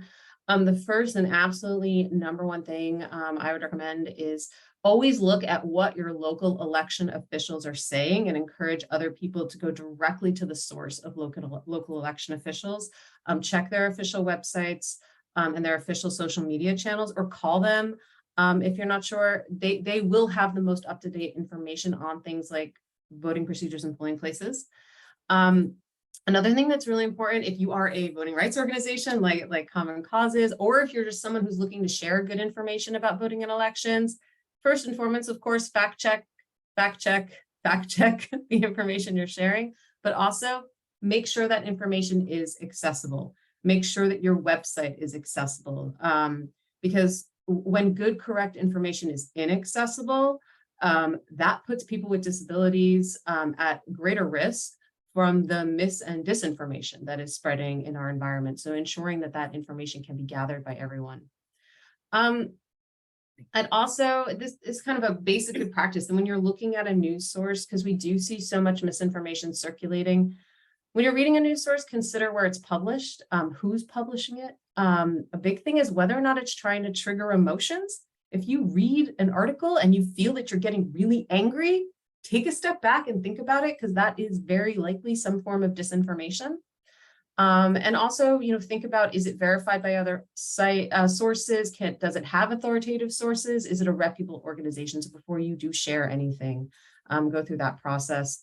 And if you recognize something that is mis and disinformation, the number one rule is don't interact with it, even to debunk it. I know a lot of us really want to correct wrong information that we see online, but that interaction tells a social media platform that the content is engaging. It ends up amplifying the mis and disinformation so that more people see it. So if it's something unintentional that was shared by someone consider calling them, talking to them privately, offline, to correct or take down the information. And if it's not from someone you can always report it to reportdisinfo.org.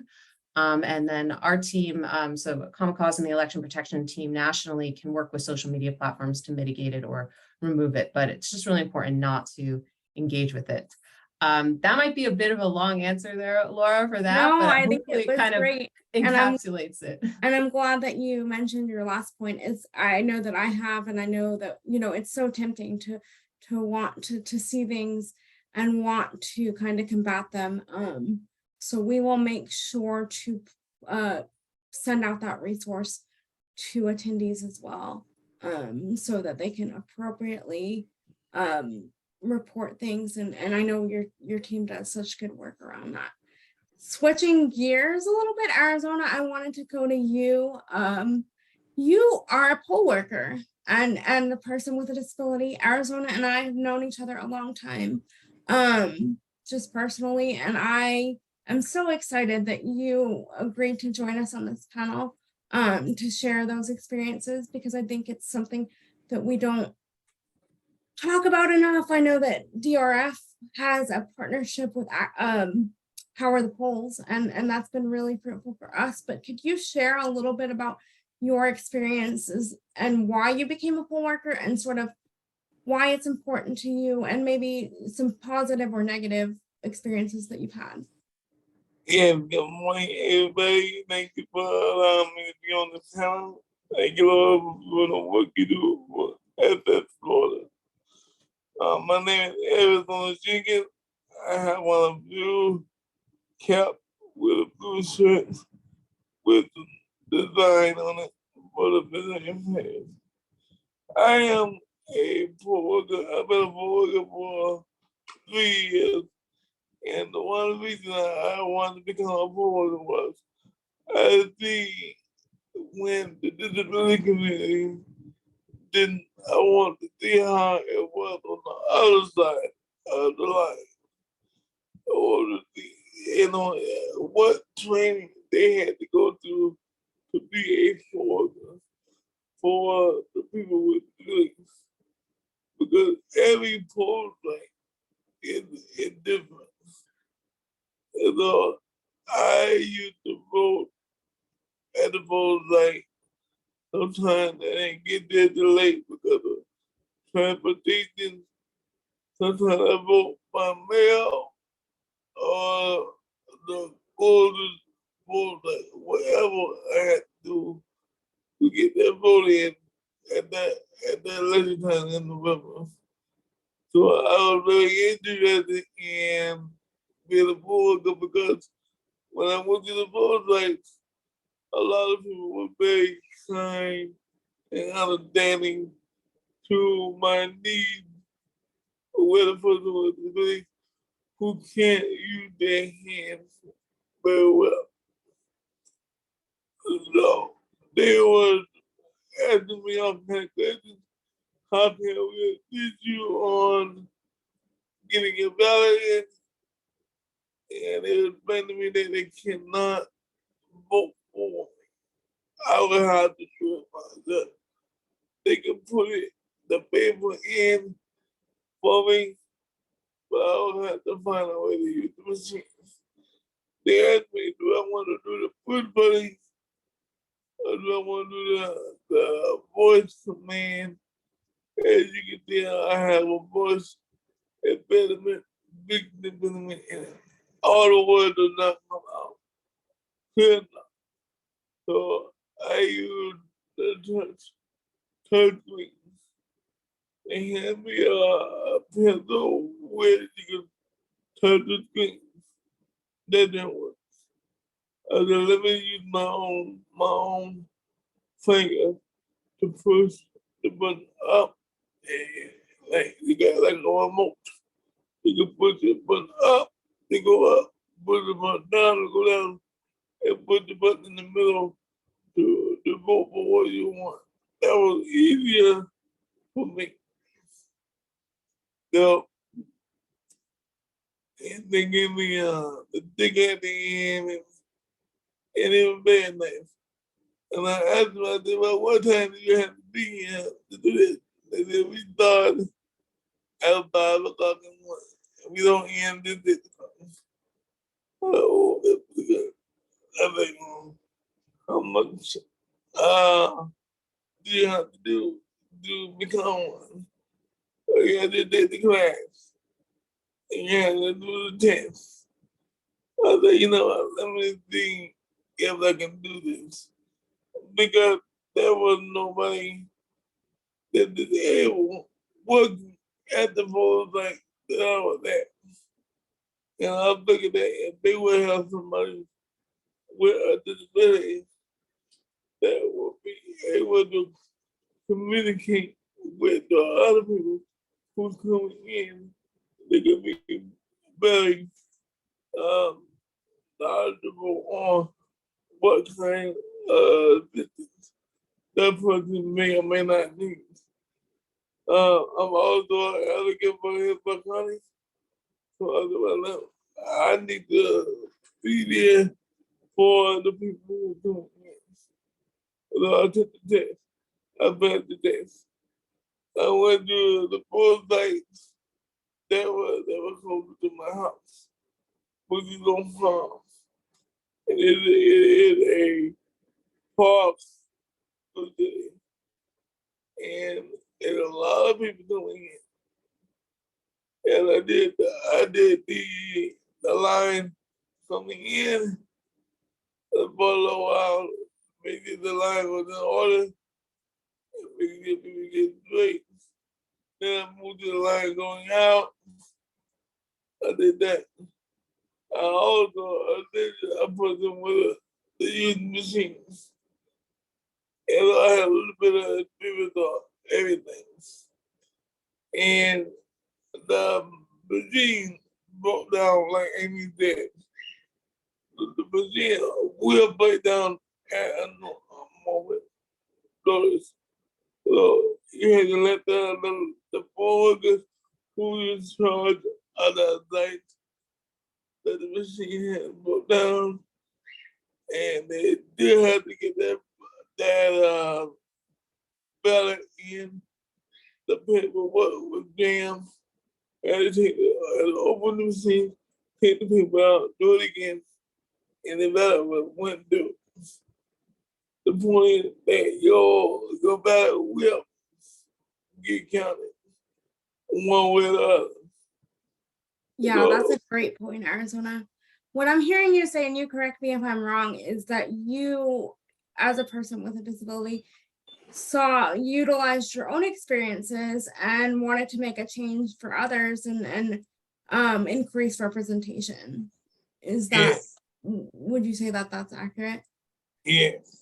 And I think that that's so important. And we have other questions for you and all our panelists, but I wanted to switch gears real quick to Alexia. And I know that you've done a lot of work around voter turnout for those with disabilities.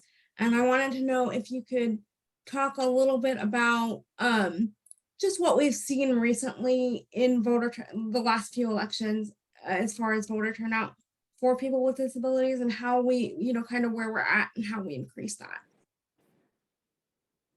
Yes, Alexia. Yeah, thank you, Laura. Just a quick visual description. I am a young white woman with shoulder length, wavy, strawberry blonde hair, wearing a white, blue striped shirt and a brown cardigan. And my pronouns are she, her.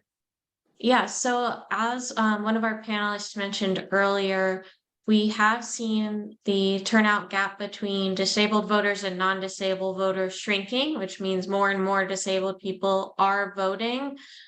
But there is still a turnout gap in large part due to the fact that there are still many policies and practices that prevent people with disabilities from accessing their right to vote. So just some broad highlight statistics for people. According to the 2020 census, there are around 38 million disabled people who are eligible to vote. That number is likely higher now, especially due to the effects of long COVID. But that kind of gives us a rough ballpark. So in 2022, according to a study by the US Election Assistance Commission and Rutgers University, there were 15.8 million people with disabilities who turned out to vote. So this gap is increasing, but it still does exist. And we also still see that people with disabilities have trouble voting. So that same study reported that 1 in 7 voters with a disability experienced difficulty voting, which is actually increased from 2020, which I thought was really interesting, that the turnout gap shrunk and yet more people experience difficulties. So I think, kind of coming to the second part of that question, the way to really increase turnout among the disability community in elections, I think, is first and foremost through better policies. Voting needs to be made accessible, and the truth is that in many states it is not. And I also want to emphasize that people with disabilities should be able to choose whatever method of voting they want to. For example, when thinking of voters in institutional settings, some of them may be kind of forced to choose to vote by mail, even if they would prefer to go and vote in person, because they don't have transportation, even though they have the right and staff should be supporting that. In some states, there are real barriers around policies prohibiting nursing home staff or caregivers from performing those duties. And so I think that one prevents people from being able to vote, and it also, just logistically and also through creating a lot of fear and confusion. When you start tying fines and punishments to things that are helping people vote, that scares people away, even in states where that isn't happening, because they don't fully understand the policies. And other trends like photo ID laws, fewer drop boxes, those also keep disabled people from accessing our right to vote. And I also wanted to mention too that I think we also can't ignore the fact that many people in the disability community are fighting very hard for getting their basic needs met, getting caregivers adequate care, accessible housing, employment with competitive wages. And it's hard in some ways to ask people to also show up for their civic duty and navigate all these many hoops when they're having to spend so much energy fighting for their basic rights. Of course, we want everyone to vote, but I think it's worth acknowledging that it is difficult and can cause extra barriers there. So I think, it's kind of twofold. One, increasing accessible voting policies while also still advocating for the other needs of the disability community as well.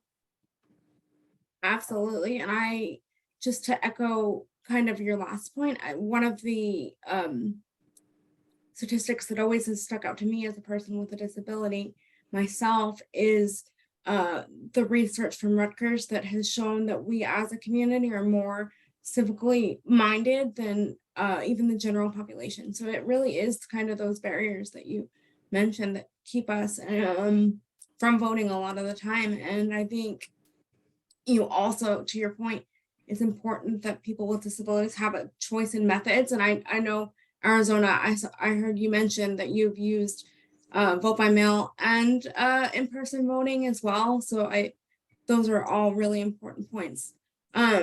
Sort of on that note, what would, and this is an everybody question, but what would your advice or where would you point people as far as resources if they do have issues, but a person with a disability has issues at the polls? What should they do?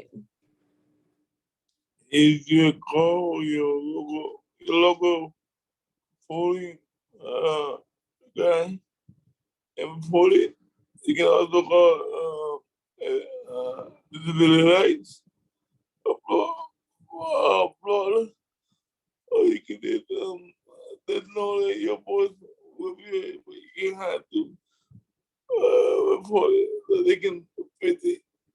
If they can't fix it unless you tell them what's going on. That is Absolutely. And thanks for the plug, Arizona. You actually can call us. We have our voting hotline open during season and actually at any time, and most likely you will get myself, and I would love to help you. Michelle, I see you smiling and kind of nodding your head. Did you have anything that you wanted to add? Arizona gave a perfect answer. Being from National Disability Rights Network, of course, I'm going to say call Disability Rights Florida, right? And let the good folks at Disability Rights Florida help you. They know, your elections officials know a lot, and they know more than anyone else about running elections. But the folks at Disability Rights Florida probably know more about disability rights and access than your average poll worker and your average elections personnel. So they have that really specialty expertise to help you if you run into barriers that people with disabilities face. If you don't know their number or you forget it or anything like that, you can also, of course, always contact Election Protection. The main hotline is 866-OUR-VOTE, OUR-VOTE. They also have additional hotlines that service other languages. If you look them up online, 866-OUR-VOTE.org. And there's usually other contact options like tweeting at us, using a chat box on the website, or texting us. So you can check for those ahead of time. I will say this too, if you have something that's really disability specific and complicated, it's probably going to get routed directly to Disability Rights Florida or to me, and I'm going to give it to Disability Rights Florida. So it's probably just another way of finding us again. Yeah, and on that note, I will read out, our number is in the chat, but I will read it out as well. It's 877-352-7337. And as I said, we are open for business anytime, not just during election season, and would love to help you. We do have to kind of pivot to audience questions real soon, but I wanted to kind of see if we could squeeze in one more. I see several hands. Let's go there. So I see Alexia's hand as well. Yeah, this is Alexia. I was just gonna encourage folks also to report if you experience any access issues or troubles voting, report it to the Department of Justice. It is a civil rights violation, and if they get a lot of complaints, they might look into an issue and we might see more systemic change. So that's something I've been thinking about a lot and really want to encourage people to do. Absolutely. Amy? Yeah, I just wanted to highlight, and thank you, Michelle, for highlighting the 866 Our Vote hotline. And just note that the Florida Election Protection Program in our command center in Florida works extremely closely with Disability Rights Florida. So we can absolutely get problems resolved if they come in through the hotline. And we can also support people with those reports up to the DOJ, up to the Department of Justice. So do feel comfortable with that. 866 Our Vote hotline or the Disability Rights hotline will get you support from both disability and election experts simultaneously. Absolutely. I will echo that. We do work very closely together, and it has been a very fruitful partnership, I hope. I just kind of wanted to, we do have to pivot to audience questions, but I kind of wanted to squeeze in one question real quick because it's on my heart, but Alexia, you touched on it as well. Local and the importance of local elections. So federal elections typically get a lot of play, you know, kind of midterms get less play, but still sort of, you know, are up there. What would you tell people is the importance of, and anybody can answer this, but what would you tell people with disabilities particularly, or other marginalized communities, is the importance of a local election? Why should they care about their local elections? The local elections, the local elections give you like to know your candidates, to know your kind of commitments, to know the people that you're voting for, and they get to hear what you have to say, what are your thoughts, and build a relationship with those people because they are the ones that's going to help you help others to get your voice out, to get your concerns out, to get the goal accomplished. Like you may not be able to talk to the legislators much, but you got a legislative aid. When you talk to the aid, build a relationship with the aid, because the aid is gonna based on your relationship with them, they're gonna push your issue for you. So the main thing is to build a relationship with the aid and the legislative levels. That's how you get your voice out. That's how you get the concerns out and to move the movement forward. Yeah, absolutely. I see a bunch of hands. So just in the interest of time, because I do want to see if we have audience questions, I think we're going to go to Avdila, if that's okay, Michelle and Alexia, and then kind of pivot to audience questions. Sure, thank you. This is Abdullah. I'm a brown man with glasses, black hair, and a beard, and I'm wearing a light green checkered shirt.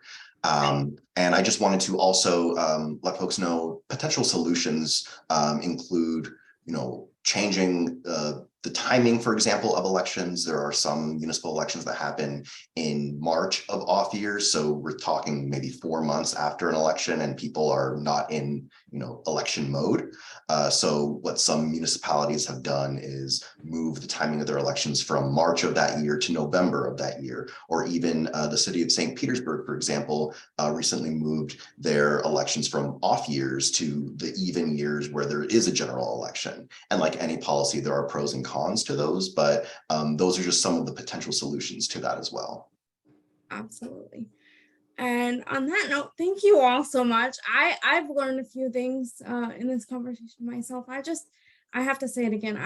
I like love to work with each of you in all the different capacities, and I'm so thankful to all of you. On that note, Tony, do we have any quick audience questions that we might be able to answer? Hey, Laura, this is Tony, the dutiful chat moderator. No questions in the chat. I just had a quick question for you.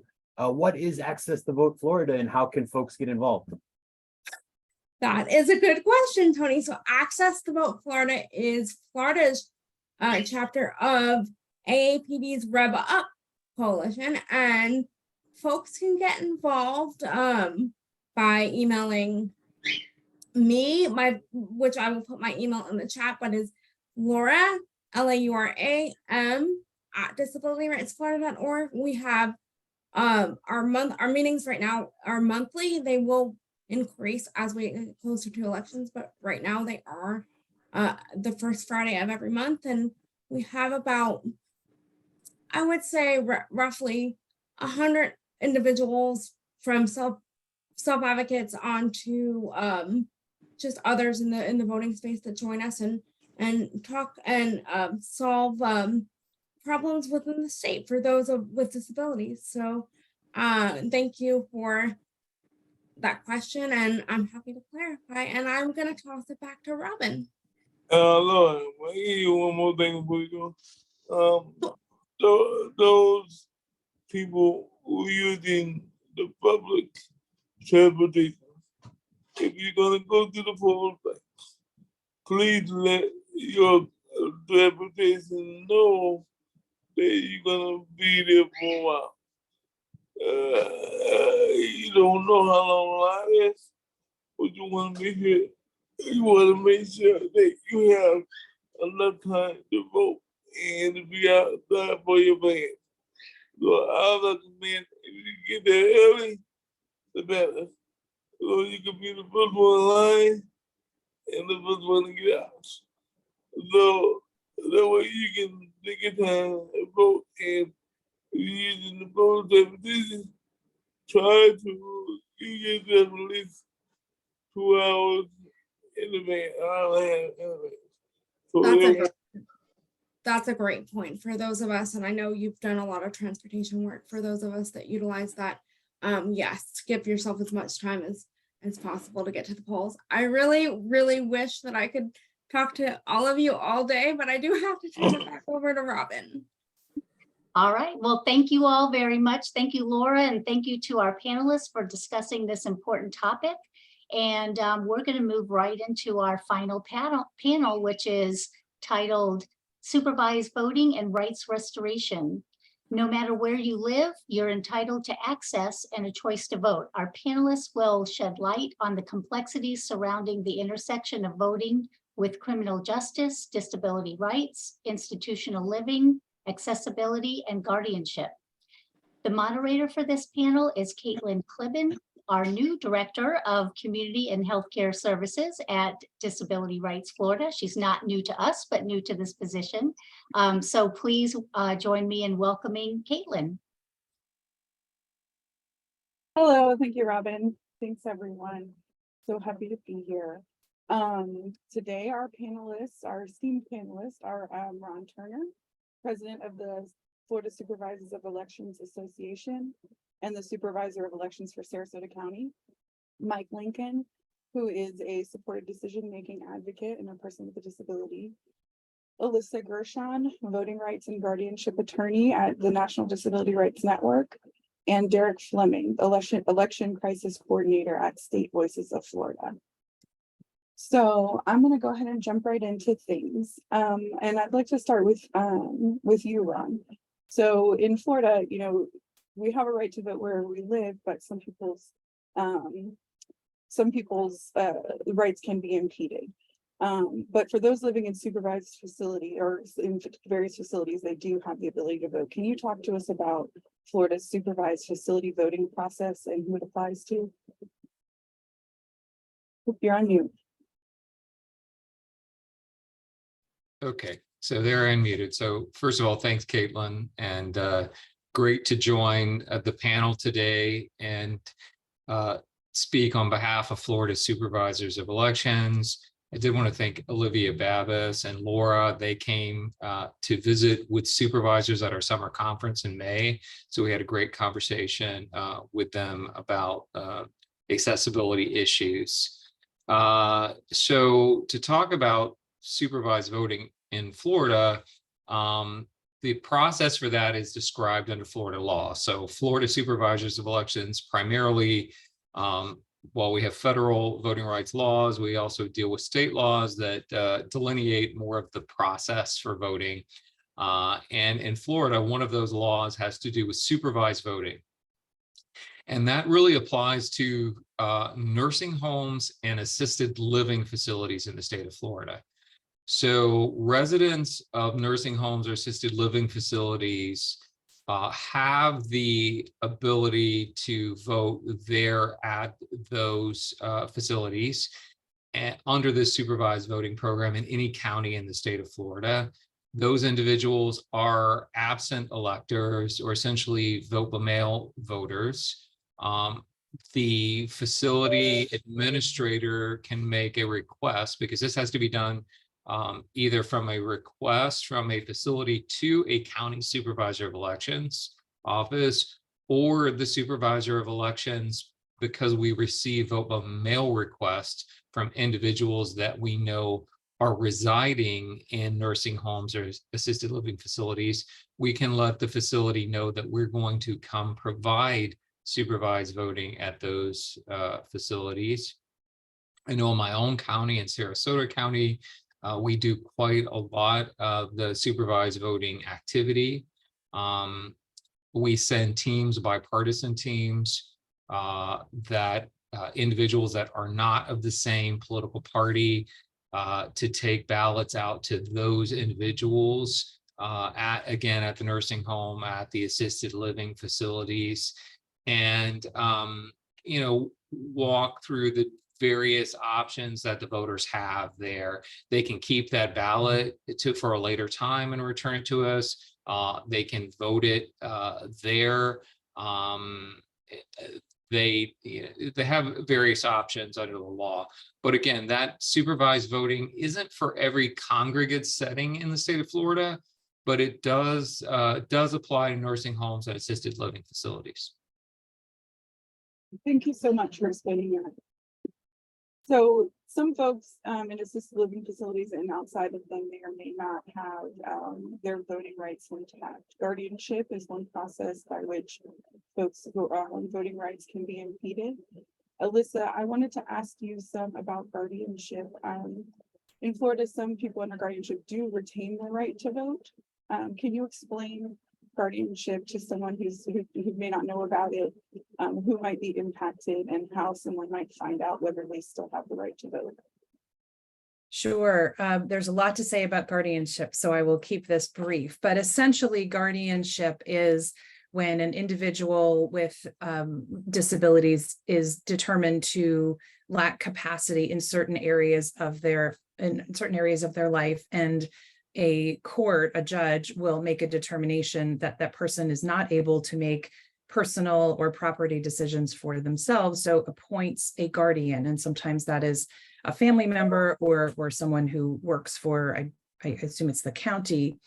And in Florida, which is actually a good thing, the court is required to look at each particular right that is being considered to be taken away individually. Certain rights can be assigned to somebody else, like financial or healthcare decisions, but the right to vote cannot be assigned. And so if a person is found to be incapacitated in the area of voting, they would lose that right to vote. Also, the other good thing in Florida is that that right to vote will not be taken away unless there is a determination that is made by clear and convincing evidence that the person lacks capacity. So there's an opportunity to assert that the person who may end up having a guardianship would still retain the right to vote if they can demonstrate that they, if it's not shown that they lack capacity for voting. And so the way to find out if someone retains the right to vote or loses it in the guardianship process is typically the court order would specify and would have to give a rationale for taking away any rights. And so the court order would be the first place to look to find out if someone who has a guardian retains or has lost the right to vote. Thank you so much for explaining that. And so, speaking of guardianship, one of our alternatives to guardianship that we discuss frequently is supported decision-making. Supported decision-making is a process that can help people avoid guardianship or get out of a guardianship. It allows them to have capacity through the assistance of other folks to understand the implications of choices and decisions. But they retain the right to make those decisions themselves. And like I said, this could be a process. This process is sometimes used to get out of a guardianship that already exists or to avoid one altogether. So I wanted to turn to you, Mike, and as someone who was previously under a guardianship, and you now use supported decision making. Could you just talk to us about the right to vote, why it's important to you, and how you've been voting since your rights were restored? You are on mute. Sorry. There you go. Yes, so ever since I got my rights back, voting has been kind of like a job to me. And I use it because people with disabilities has a voice just like every other human being across the state and across the country. So when we elect officials, it's our job as voters to make sure we're electing the correct officials into office. So I'm kind of like a strict voter, they say, where I actually go out in the community and I contact each candidate for each elected office that is going to be elected. Obviously, I skip the president and the governor because they're impossible to get a hold of.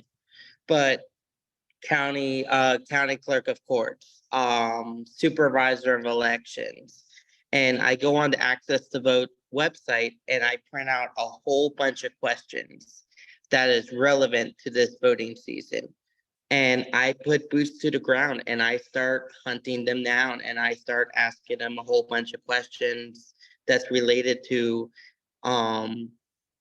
what's on the list for the Access to Vote season. And I even volunteer, like I go to a lot of the voting locations and I pass out signs for the candidates and so it turns into a big thing for me.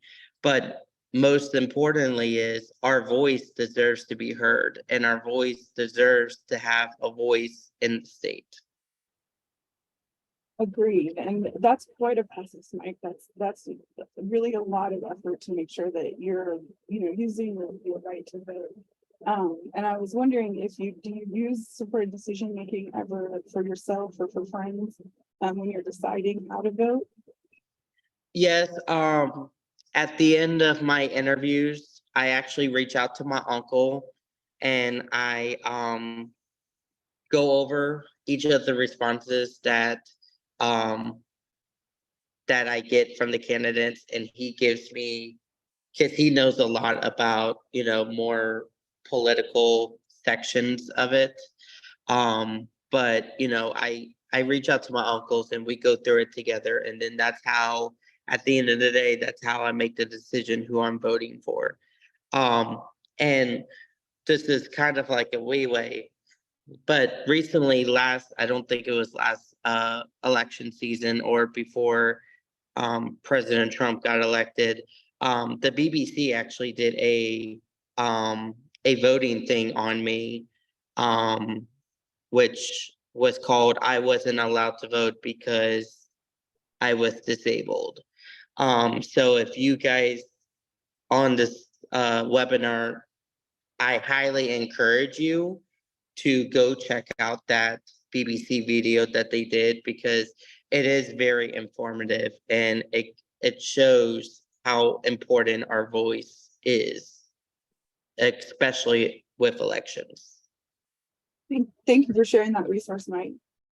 I want to pivot a little bit here because, guardianship is one way that people's right to vote might be impeded, but the criminal justice system is another way that people's right to vote can be taken away. Derek, people with disabilities are statistically more likely to be involved with the criminal justice system. Can you speak to us about some of the unique barriers of voting experienced by those who are either currently incarcerated or who are returning citizens? Yes, definitely. Derek C. Fleming, State Voices Florida Election Crisis Coordinator, Black man, short black hair, wearing a blue suit and a blue shirt. That is a great question. You're absolutely correct. People with disabilities are statistically more likely to come in contact with the justice system. While I was studying criminology at Indiana State University, I read a book called Crazy, A Father's Search Through America's Mental Health Madness by Pete Early.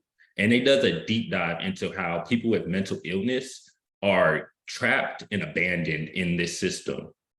And I definitely recommend that book for everybody on this webinar to go get that experience and that knowledge of what is going on in the system to people with mental illness, which is just one type of disability.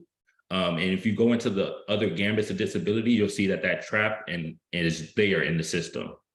Now, to your question about voting as a felon, voting as a felon in Florida is predicated on being able to afford court fines and fees, which further marginalizes low-income returning citizens.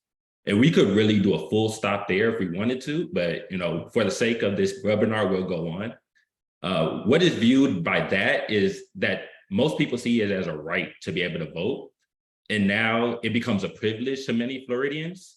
And then for others, it becomes out of reach, not impossible, but out of their foresight because of the privilege of being able to afford the fines and the fees. Another unique barrier for these individuals is trust. Trust in the media to provide accurate coverage and information regarding voting rights and restoration. Trust in the voter registration programs that many of these individuals will use to register. And then trust in the elected officials and elected administrators. When trust in any of these areas is broken, I kind of see it like a bike with a broken chain. There's a vehicle with the desire to move forward, but no power or momentum to do so. So we have to empower our returning citizens with their ability to vote. And that is a tall task in itself. So on that note, on empowering people with that, what would you say, or anyone else who would like to jump in here, what's the best course of action for a returning citizen if they're unsure whether or not they can vote? What's the best thing for them to do? Yeah, I could definitely jump in here. Now, when I was looking over this question, I looked at best, and it comes off subjective. So I would hope best meant accurate, efficient, and timely. However, that's not always the case here in Florida. But what individuals can do is they can submit advisory opinions requests to the Department of State and the Division of Elections. Now, a response can take from the division maybe a month or two, and sometimes even longer. And so with that, another best course of action is to inquire early. This gives you time to get a response on where you're standing. And if there are further requirements to fully restore your voting rights, you have time to get that resolved as well. Thank you. And Ron, do you have something to add? Certainly. So this is Ron Turner again from Florida Supervisors of Elections. And to add on to what Derek just said, Derek just gave good advice. The Florida Division of Elections has a formal advisory opinion process to help individuals determine if they have the ability to register and vote in Florida after completing all the terms of a felony conviction. I would just add to that again, that from the supervisor of election standpoint is important for the individual, the potential voter, to do that research, to understand when they come to us that they need to be clear about whether their rights have been restored or not. It's not something that the supervisor of elections can make a determination for the individual. So what Derek said would be helpful. And one piece of that, in addition to whatever other type of legal research and understanding whether all fines, fees, terms of those sentences are completed, would potentially be that formal advisory opinion from the Florida Division of Elections. Thank you. Thanks for that additional information. And harkening back to something that Derek, you said a little bit ago about trust and the need for trust. There's been a lot of talk recently about concerns about ballot harvesting. And this is particularly in relation to people who need assistance or people who live in congregate settings, that they may be victims of malicious people who are ballot harvesting. Are there any statistics behind this to prove that this is a valid concern? This is anyone who would like to speak on this.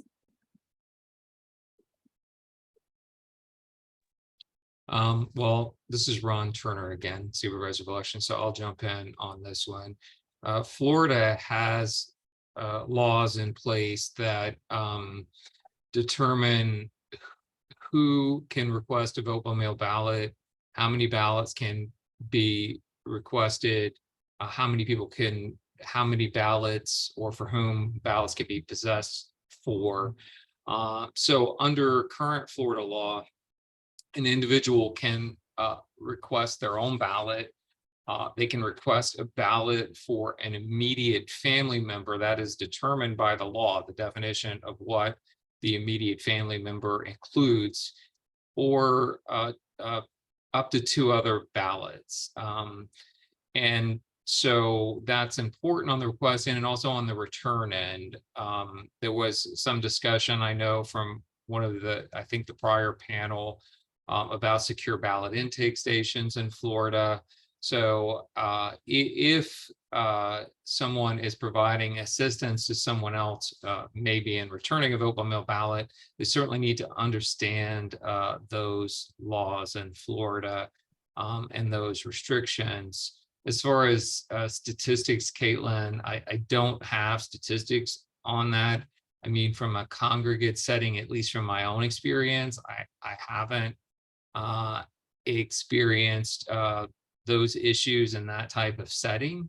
But again, that's not a statistical statement. That's just a personal experience as a supervisor of elections in my own county statement. Thank you for that perspective. Is there anyone else who wanted to talk about harvesting concerns? This is Alyssa Gershon, and I apologize, I didn't give my description when I spoke earlier, but I'm a white woman with shoulder length gray hair, and I'm wearing a white blouse with a blue pattern and a blue sweater. I'm not an expert on this topic, but I will say sort of nationally, there is very little evidence of the kind of ballot harvesting that we think of as this sort of nefarious act, particularly, and I'm speaking from the perspective of people in institutions.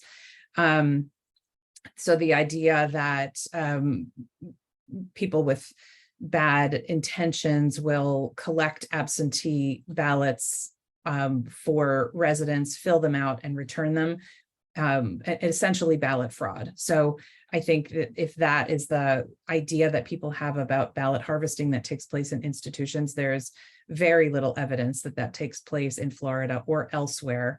I think that those ideas are rooted in stereotypes of people with disabilities not being able to assert their rights, assert their voices, and that they are vulnerable to being manipulated or taken advantage of. And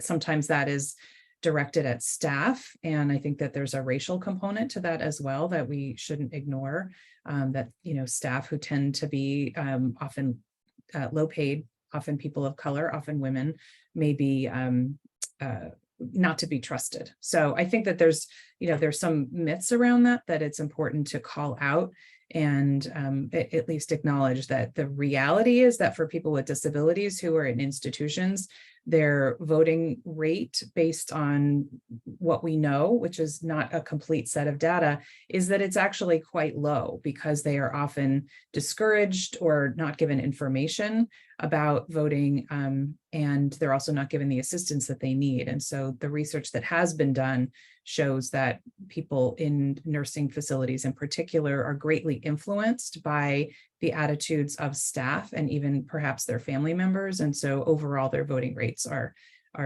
concerningly low. Those are some really, really good points. So thank you so much.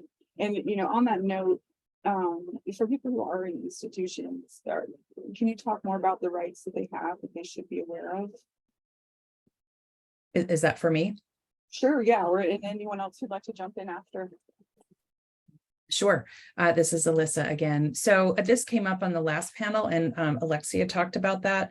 And I think it's worth emphasizing the point that people who are placed or reside in congregate settings, whether it's a nursing facility or assisted living or a psychiatric hospital or an ICFDD, in any sort of congregate setting, unless the conditions of that placement would restrict their ability to leave or move about freely, they have the same right to vote as anybody else. And that would also certainly apply to anyone who retains the right to vote in a carceral setting. So anyone in pretrial detention. So that means that unless the conditions of that confinement should prevent them from being able to go vote in person, they should be able to go vote in person. They should be able to vote absentee. They should be able to vote privately and independently, or with the assistance of the person that they choose. So broadly speaking, people in institutional settings have the same rights to vote as anybody else, assuming that they meet the other criteria, that they're, over 18, they're a citizen, they're a resident of the jurisdiction in which they're voting. Thank you. And I really appreciate that you brought up the carceral settings too. I think, depending on where you're from, the phrase institutional setting might bring people to think about ALFs and ICFs, those sorts of placements, and for others, so I think about this incarceration, prison, jail. But I appreciate that you're putting this together. Ron, did you have something else that you wanted to add? This again, Ron Turner, election. So just to echo what Alyssa said, because I can speak for the state of Florida and Sarasota County. I mean, voters, individuals who are 18 years of age or older in the state of Florida that are permanent residents of Florida and their counties in Florida who have not had a felony conviction or who have had their rights fully restored or who have not been adjudicated mentally incompetent with regard to their particular voting rights have all the rights in Florida to vote. And there are options certainly for those individuals, no matter what the setting is, where they may reside or where they may be located at any particular time, whether they are in the state of Florida or in their county, or frankly, anywhere else on planet Earth. Supervisors of elections work with our voters to make sure that we have fair and accessible elections and that individuals have an opportunity to cast their ballot however that looks, and to choose the voting method that is most comfortable for the individual. And if that individual needs assistance, that can either come from elections officials or someone of their choosing, as Alyssa mentioned. So supervisors and our teams are here to help facilitate those voting rights. And Ron or anyone else who's able to speak to this, you just spoke of all the rights and abilities that people should have. And if someone's in a congregate setting and they feel like those rights are being denied, what should they do?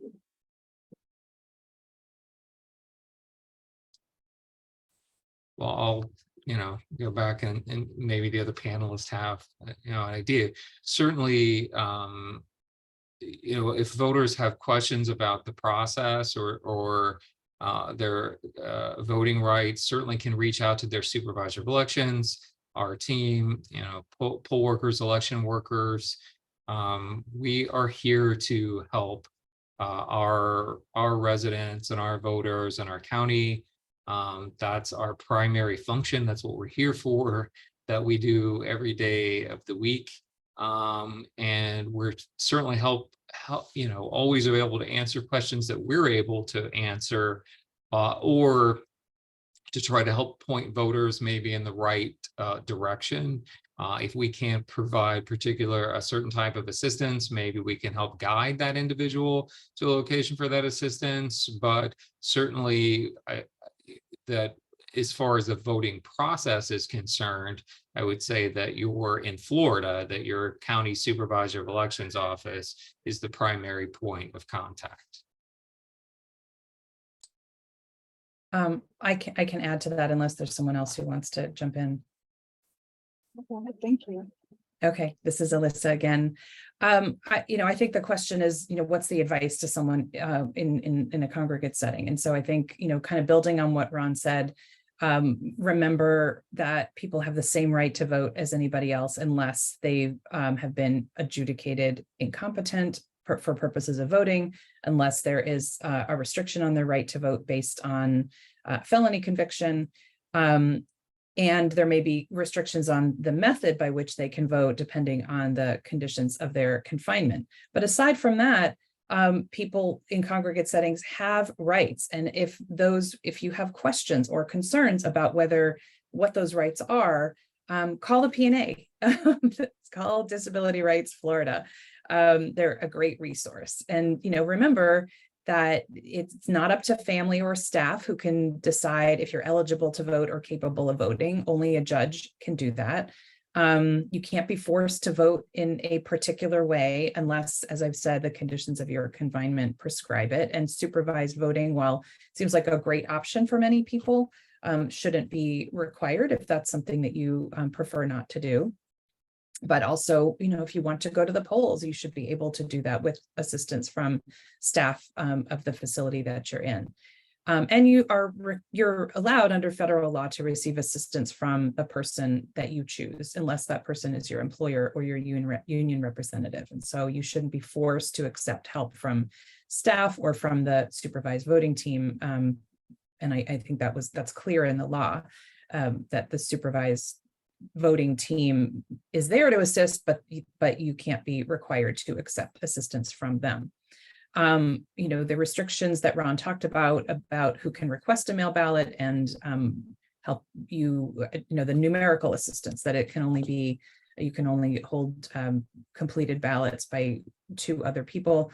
I don't quite know how that works as a practical matter for people in institutions. It seems to me that would be a pretty significant restriction for people, or require, huge teams of supervised voting panel people. But, that is the current law. But there are arguments that is a violation of federal law. And so again, building on what Alexia said in the previous panel, the Department of Justice has made it really clear that they are interested in hearing complaints about denials of voter assistance. So I think the link to file a complaint with the Department of Justice was posted earlier. So I would encourage people who have concerns about restrictions on assistance or restrictions on their right to vote if they're in an institution to call Disability Rights Florida, file a DOJ complaint if they're so moved to do that. I also want to point out that NDRN has a number of information packets that could be really useful for people who are looking to retain or restore their right to vote in the guardianship process if that has been taken away. We also have information about the right to accommodations in the voting process for people with mental disabilities, information about the rights of people in institutions in the voting process. And we also have sort of a more in-depth information packet for lawyers and advocates around the voting rights of people subject to guardianship. So I will make sure that those get distributed, but there's a lot of self-advocacy opportunities here. And so, you should take advantage of them if you or someone is in a situation where their voting rights are being restricted because of a guardianship or because of being placed in an institution. Thank you. And so, institutional settings by definition are kind of separate and apart. For anyone on the panel who's able to speak to this, what suggestions do you have for civic engagement groups that might be trying to reach folks in these settings, whether they be, ILF or ALF, ICF type settings, or carceral settings? How do we better reach folks here to teach them about their rights and what they're entitled to in their setting? Derek Fleming, I can jump in here. I think best is going to be touching and connecting with the communities they come from. Having those people involved in your programs, your organizations, and those being the bridge makers and the bridge builders for that, is going to go a long way. Again, that goes to the trust I spoke to earlier and being able to trust these organizations and these programs. So connecting with the communities and I think it'd be a great start.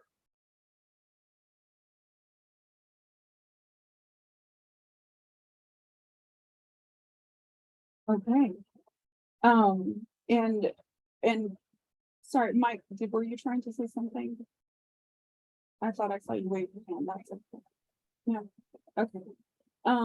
So, and I also wanted to ask if there, you know, of those organizations that are out there doing this kind of work, are there any that are helping to trying to help people understand whether their rights have been restored or are intact? Any civic organizations, you know, maybe with returning felons, helping them understand where they stand as far as their personal right to vote?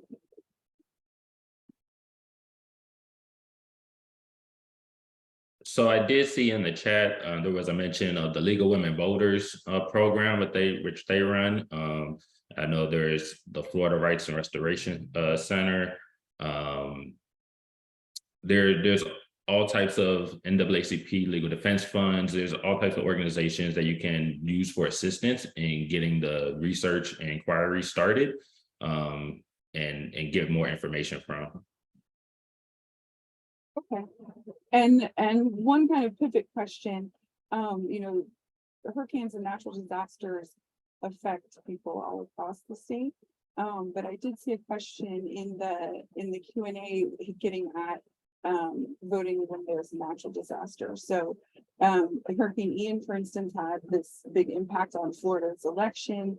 So what steps can be taken after an election or after a disaster, particularly to help make sure that people are able to exercise their right to vote? Ron, do you maybe have some ideas on this one? So thanks, Caitlin. Again, this is Ron Turner. That's an interesting question because Sarasota County was one of the counties that had direct impacts from Ian during the 2022 election. We did have at that time not as severe as Charlotte and Lee counties, but the southern end of our county in the Inglewood area, Northport had impacts, and they're still recovering from that today. You know, certainly when you're, you know, during a storm at that time, some of our individuals lost their mailboxes. So invokable mail ballots were going out at that time. Certainly polling places may have been damaged, or residents may have been displaced. You know, I'm trying to think of the lessons afterwards, because I believe the question, Caitlin, is like after these natural disasters, kind of how I guess planning for the future, was that kind of. I had asked how we ensure access. You know, there's the immediate future, and then there's the longer term future. You know, immediately we might have fewer polling places. You know, maybe there are trees down and ramps are unavailable and those sorts of things. So in the immediate, you know, how do we navigate that chaotic environment? And then, yeah, any long-term lessons that you'd like to discuss? Well, in the immediate, as I said, one of the things we did in our own county was delay vote by mail ballots for a few days, the mailing, because we wanted to make sure that the Postal Service was, you know, there. And we also notified voters that if they weren't getting mail at their at their mailbox, where they could actually get that mail from. You know, we found emergency polling place locations. We did this during the pandemic, so we learned a lot of lessons about running elections during kind of these changing and sometimes chaotic times. So again, the voters during that time have to find, you know, information either from their own trusted sources, or again, I say turn back to your supervisor of elections, because you know, we were the ones at the time administering the elections, and we could have the accurate information for individuals as far as, okay, so vote by mail may be a little disrupted a little bit. What is your alternative now for this? Or for in-person voting, whether it's early voting or election day, you know, if we can't get, because your community center is so damaged, we can't use that now, where is another site that you're going? And then how do we communicate this with those individuals? But part of it is the outreach that we're doing as elections officials, but the other part of that is incumbent upon the voter to kind of listen to those communications coming from us, or to contact us to make sure that they're getting the latest and the most accurate information during those types of situations. Because again, we're the ones making those decisions for them. So it's really good for them to talk to us specifically during a time like that. Thank you. So we are getting close to the end of our time for our panel, but I did just want to give each of you panelists an opportunity for a kind of final word here, and to speak about, you know, voting rights and impediments to voting rights, but also with the question in mind of any ways that we might be expanding this conversation. What are we missing when we talk about these issues? Alyssa, would you like to go first? Sure. Well, I don't think you've missed anything. I think this panel has been really comprehensive, and I think the diversity of knowledge and perspectives has been super valuable. And I especially really enjoyed hearing from Mike. So I would just encourage people who have disabilities, people who are advocates, who have friends, family members with disabilities, make sure people are voting, make sure they have access to voting, make sure they know their rights, use the tools that are out there that we've talked about today. And, you know, I can do a little plug, another one for Disability Rights Florida, but use your P&A and, you know, make sure that you have full and equal access to voting, which is it's your right. Thank you. Mike, do you have any final words for us? Anything else you'd like to say about voting rights? Yes, thank you, Caitlin. Make sure your voice is being heard. You know, elections are very, very important because this is one of the times where we tell them about the disability issues that we're having, regardless of, like, for example, low income housing, you know, provider rates, you know, any issues that we're going, this is our chance to let the legislators and also elected officials that's may be taking over for a legislator up in Tallahassee, that these are issues that are going on. So make sure that your voice is being heard, and make sure that you are also working with your self-advocates. I know with Florida SANS and the Florida Developmental Disabilities Councils, they have legislative priorities every single year for Developmental Disability Awareness Day. So keeping track of what the legislative priority for last year is, because it could still be an issue.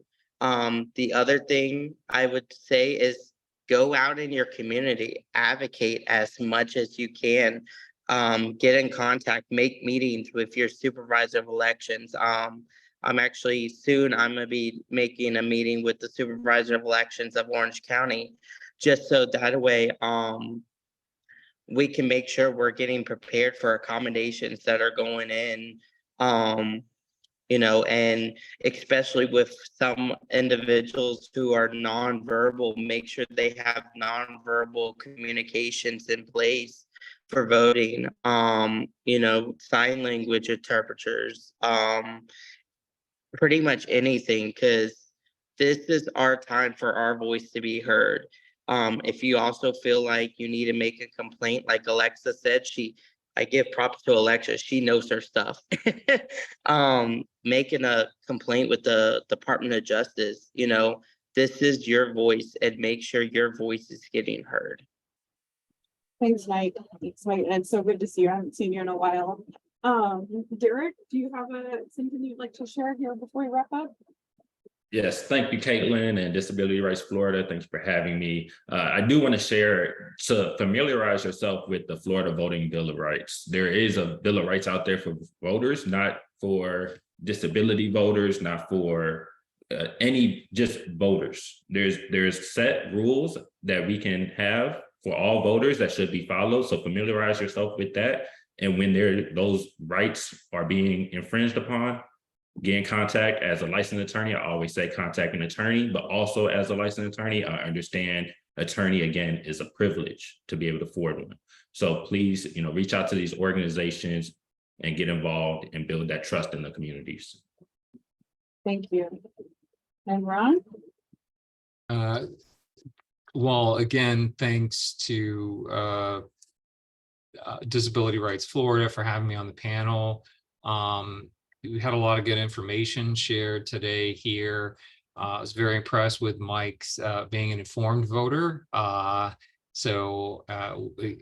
love informed voters, but just to echo what's been said is we have voting rights. Individuals have those rights. They need to exercise those rights. It's important to make our voices heard at the polls during every election, not just presidential elections, local elections, and do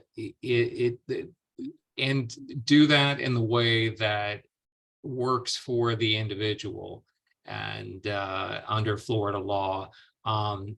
Derek mentioned the bill, the Voters' Bill of Rights. There's also a list of responsibilities under Florida law, and it's good to know those as well. But again, on behalf of the Florida's elections officials throughout the state, we're sincerely here to work with the voters to try to facilitate this process. And if we can help or assist in any way, to please contact us. But just get out there and vote, make your voice heard, as Mike said. He gave a good speech and on that. So go, Mike. Thank you. And before y'all are completely off the hook, let me ask our lovely chat moderators if we have any questions I've missed. Caitlin, this is Tony, the lovely chat moderator. We had one series of questions from Damien in the chat. And I know we talked a little bit about how this all looks, but while we're wrapping up, Damien wondered, what can a person who lives in a congregate setting, such as an assisted living facility, do to ensure that their vote is not influenced by staff or others? Is there training or guidance that staff and congregate facilities are required to take or should be required to receive? Are those training materials available to the public? And relatedly, is there any documentation that is required in order to assist someone with voting, such as an affidavit or otherwise? Big question. Ron, I see you coming in to answer. Thank you. So great questions. As far as supervised voting, the way that we in Sarasota County communicate with the nursing home assisted living facilities, we actually reach out to them. So we have a list. We contact them during an election cycle to offer voter registration and also offer the vote by mail assistance through supervised voting at that time. There isn't training that I'm aware of or a legal requirement for facility staff. But as we discussed earlier, the voter has the option of allowing our supervised voting team, which has individuals of not the same political party. They can also choose to have someone else assist them. You can do that there, or even when you vote in person or vote by mail, frankly, with just a vote by mail ballot outside of supervised voting, an individual can have someone assist them that's not their employer or not a union rep. I think Alyssa mentioned that earlier. If you're voting in person, there is a declaration to secure assistance, a form under Florida law that would need to be executed. You can have some of our staff, which are poll workers, help you. You can have someone of your own choosing help you. There's a variety of methodologies here for carrying that out under Florida law. Thank you. I would just maybe put something over to Disability Rights Florida folks, if that's appropriate. I assume that like many PNAs, Disability Rights Florida does a fair amount of training and development of materials for residents of nursing facilities and other institutions about their rights. And sometimes that includes information about the obligations of staff to help and to not influence and things like that. So I don't know if that's appropriate for someone from DRF to weigh in on that, but it seems like that's another source of potential information and education. Thank you. I don't want to speak for our entire organization, so I don't want to say anything out of turn. I do know we do trainings on rights in institutional settings, but that's, if we're not doing those types of trainings, so that's something we should be considering. And Robin, I don't know if you have information on that, but I believe that was our last question. All right. I believe we do some trainings on that, so you can contact our organization about those trainings. So I'm going to go ahead and move forward because it's about time to close out our summit. So thank you, Caitlin, and thank you to our panelists. To bring the summit to a close, I'd like to introduce Debbie Dietz. She's the Executive Director of the Disability Independence Group.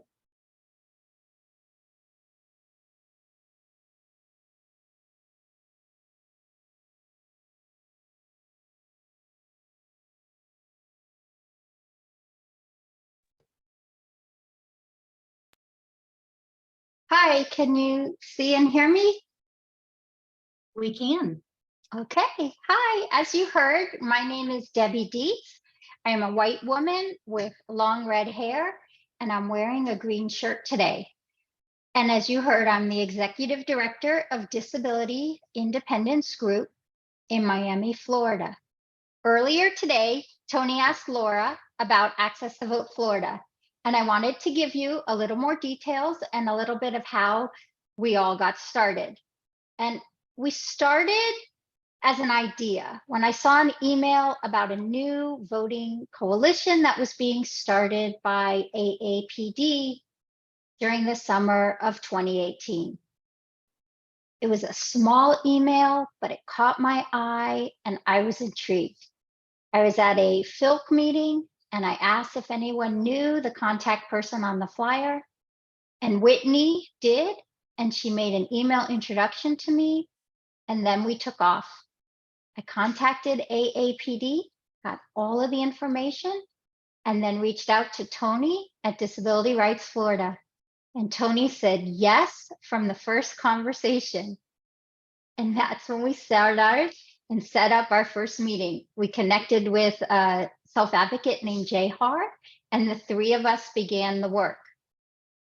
We knew that voting was important and that the issues for people with disabilities in Florida were not being prioritized. So we decided that our first action would be to create a candidate questionnaire for 3 statewide races. We drafted questions and sent out the questionnaires. And as you heard Mike say, we update those questions every year, and the whole community statewide can access those questions and then use them locally. From that point, we started to grow our coalition. Laura told you we have over 100 members and that we meet regularly and keep expanding our work. Now, 5 years later, we had this amazing summit today. We have a website, a blog, a strong statewide coalition, and even an award in honor of disability advocacy and voting advocacy that we gave out today for the first time in memory of one of our members, Nancy Burgess Hall. Congratulations to all the nominees and our winner, Marilyn Baldwin. I also want to speak about 2 of the leaders of the disability movement that are no longer with us. Their work, dedication, and commitment are the reasons that people with disabilities can live fully integrated lives, and that so that people are no longer closed away or hidden from the world. They are Neil Jacobson and Judy Heumann. Both of these leaders were featured in the movie Crip Camp on Netflix, and both attended Camp Jenny. Eventually, they moved to Berkeley, and they were fierce disability advocates. I found a quote from Neil that says, "Disability isn't always heavy. Having fun, fully living life, enjoying family and friends are just as important." I love this quote. It really just says it all. And I had the honor of meeting Judy and appearing on her YouTube show called The Human Perspective. In January of 2021, we had a discussion on voting and people with disabilities and the 2020 election. She asked me tough questions, challenged us in the state of Florida to do more, and shared her commitment to the work. I will always cherish that experience, and it drives me to never give up. I want to thank everyone that helped put on this summit today. It was fantastic. So much work goes into making it seem like it was seamless and that all the transitions worked. Thank you to all of the interpreters, ASL and language, and to the captioners. Thank you to our chat monitors, Anne, Rachel, Myra, Emily, Heather, and Tony. Thank you to our panel monitors, Olivia, Maddie, Laura, and Caitlin. The social media team from Disability Rights Florida, the graphics you made, the toolkit you made, all of your social media posts were fantastic. To the IT and tech team, amazing job. And Laura, Maddie, and Olivia, and the entire Disability Rights Florida staff that helped put this event together. And to Tony, my partner in crime from day one, who has always 100% supported this project and prioritized the work, even with his busy schedule. And to all the members of the Access the Vote Coalition that attended our meetings on the first Friday of every month and have helped the coalition evolve and grow. And last but not least, I want to thank all of the speakers today. We had 4 incredible sessions that truly describe the landscape of voting in Florida. We're going to have a busy election cycle. Our keynote speakers, Andrew Pulrang and Gregg Beratan, co-founders of Crip the Vote. They have proven the power of social media and that advocacy can take many different forms. I love their work and I wish them continued success as they push the boundaries, civic engagement, and what that looks like. Our panel on disabled in politics, elections, and leadership. Thank you, Jess Moore-Matthews, Sarah Blahovic, Dom Kelly, Dessa Cosma, Stephanie DeBull, and Jalen Radzaminski. I believe that the more people with disabilities that become elected officials, the better it will be for people with disabilities. We need to support candidates and fight the stereotypes. The panel on the 2024 election and the voting landscape. Thank you, Arizona Jenkins, Alexia Kemmerling, Amy Keith, Abdella Scare, and Michelle Bishop. Florida is definitely in the center of voting rights advocacy, and we will keep evolving as needed to make sure that voters with disabilities can register to vote, vote safely, independently, privately, and in the way that is most comfortable for them. And our last panel, supervised voting and rights restoration. Thank you, Ron Turner, Mike Lincoln, Lisa Gershon, and Derek Fleming. We learned today how truly complex access to voting can be and how it can impact so many different sectors of our population. There is so much work to be done, but we are empowered and ready to take on the challenge. I believe that everyone that can vote should vote. Voting is one of the only things that is truly equal for everyone. You can have tons of money, no money. You can be tall, short, employed, unemployed, any ethnicity, any race. And no matter what everybody's vote counts the same. It is truly equalizing and powerful. We need to take all of the information from today and put it towards our efforts for the next election cycle. This includes letting everyone know about the accessible vote by mail option and how people can request their accessible vote by mail ballot. Thank you for joining us today and have a great afternoon. And remember, if you want to get involved in Access the Vote Florida, our next meeting will be at 11 a.m. on Friday, October 6th. Thank you.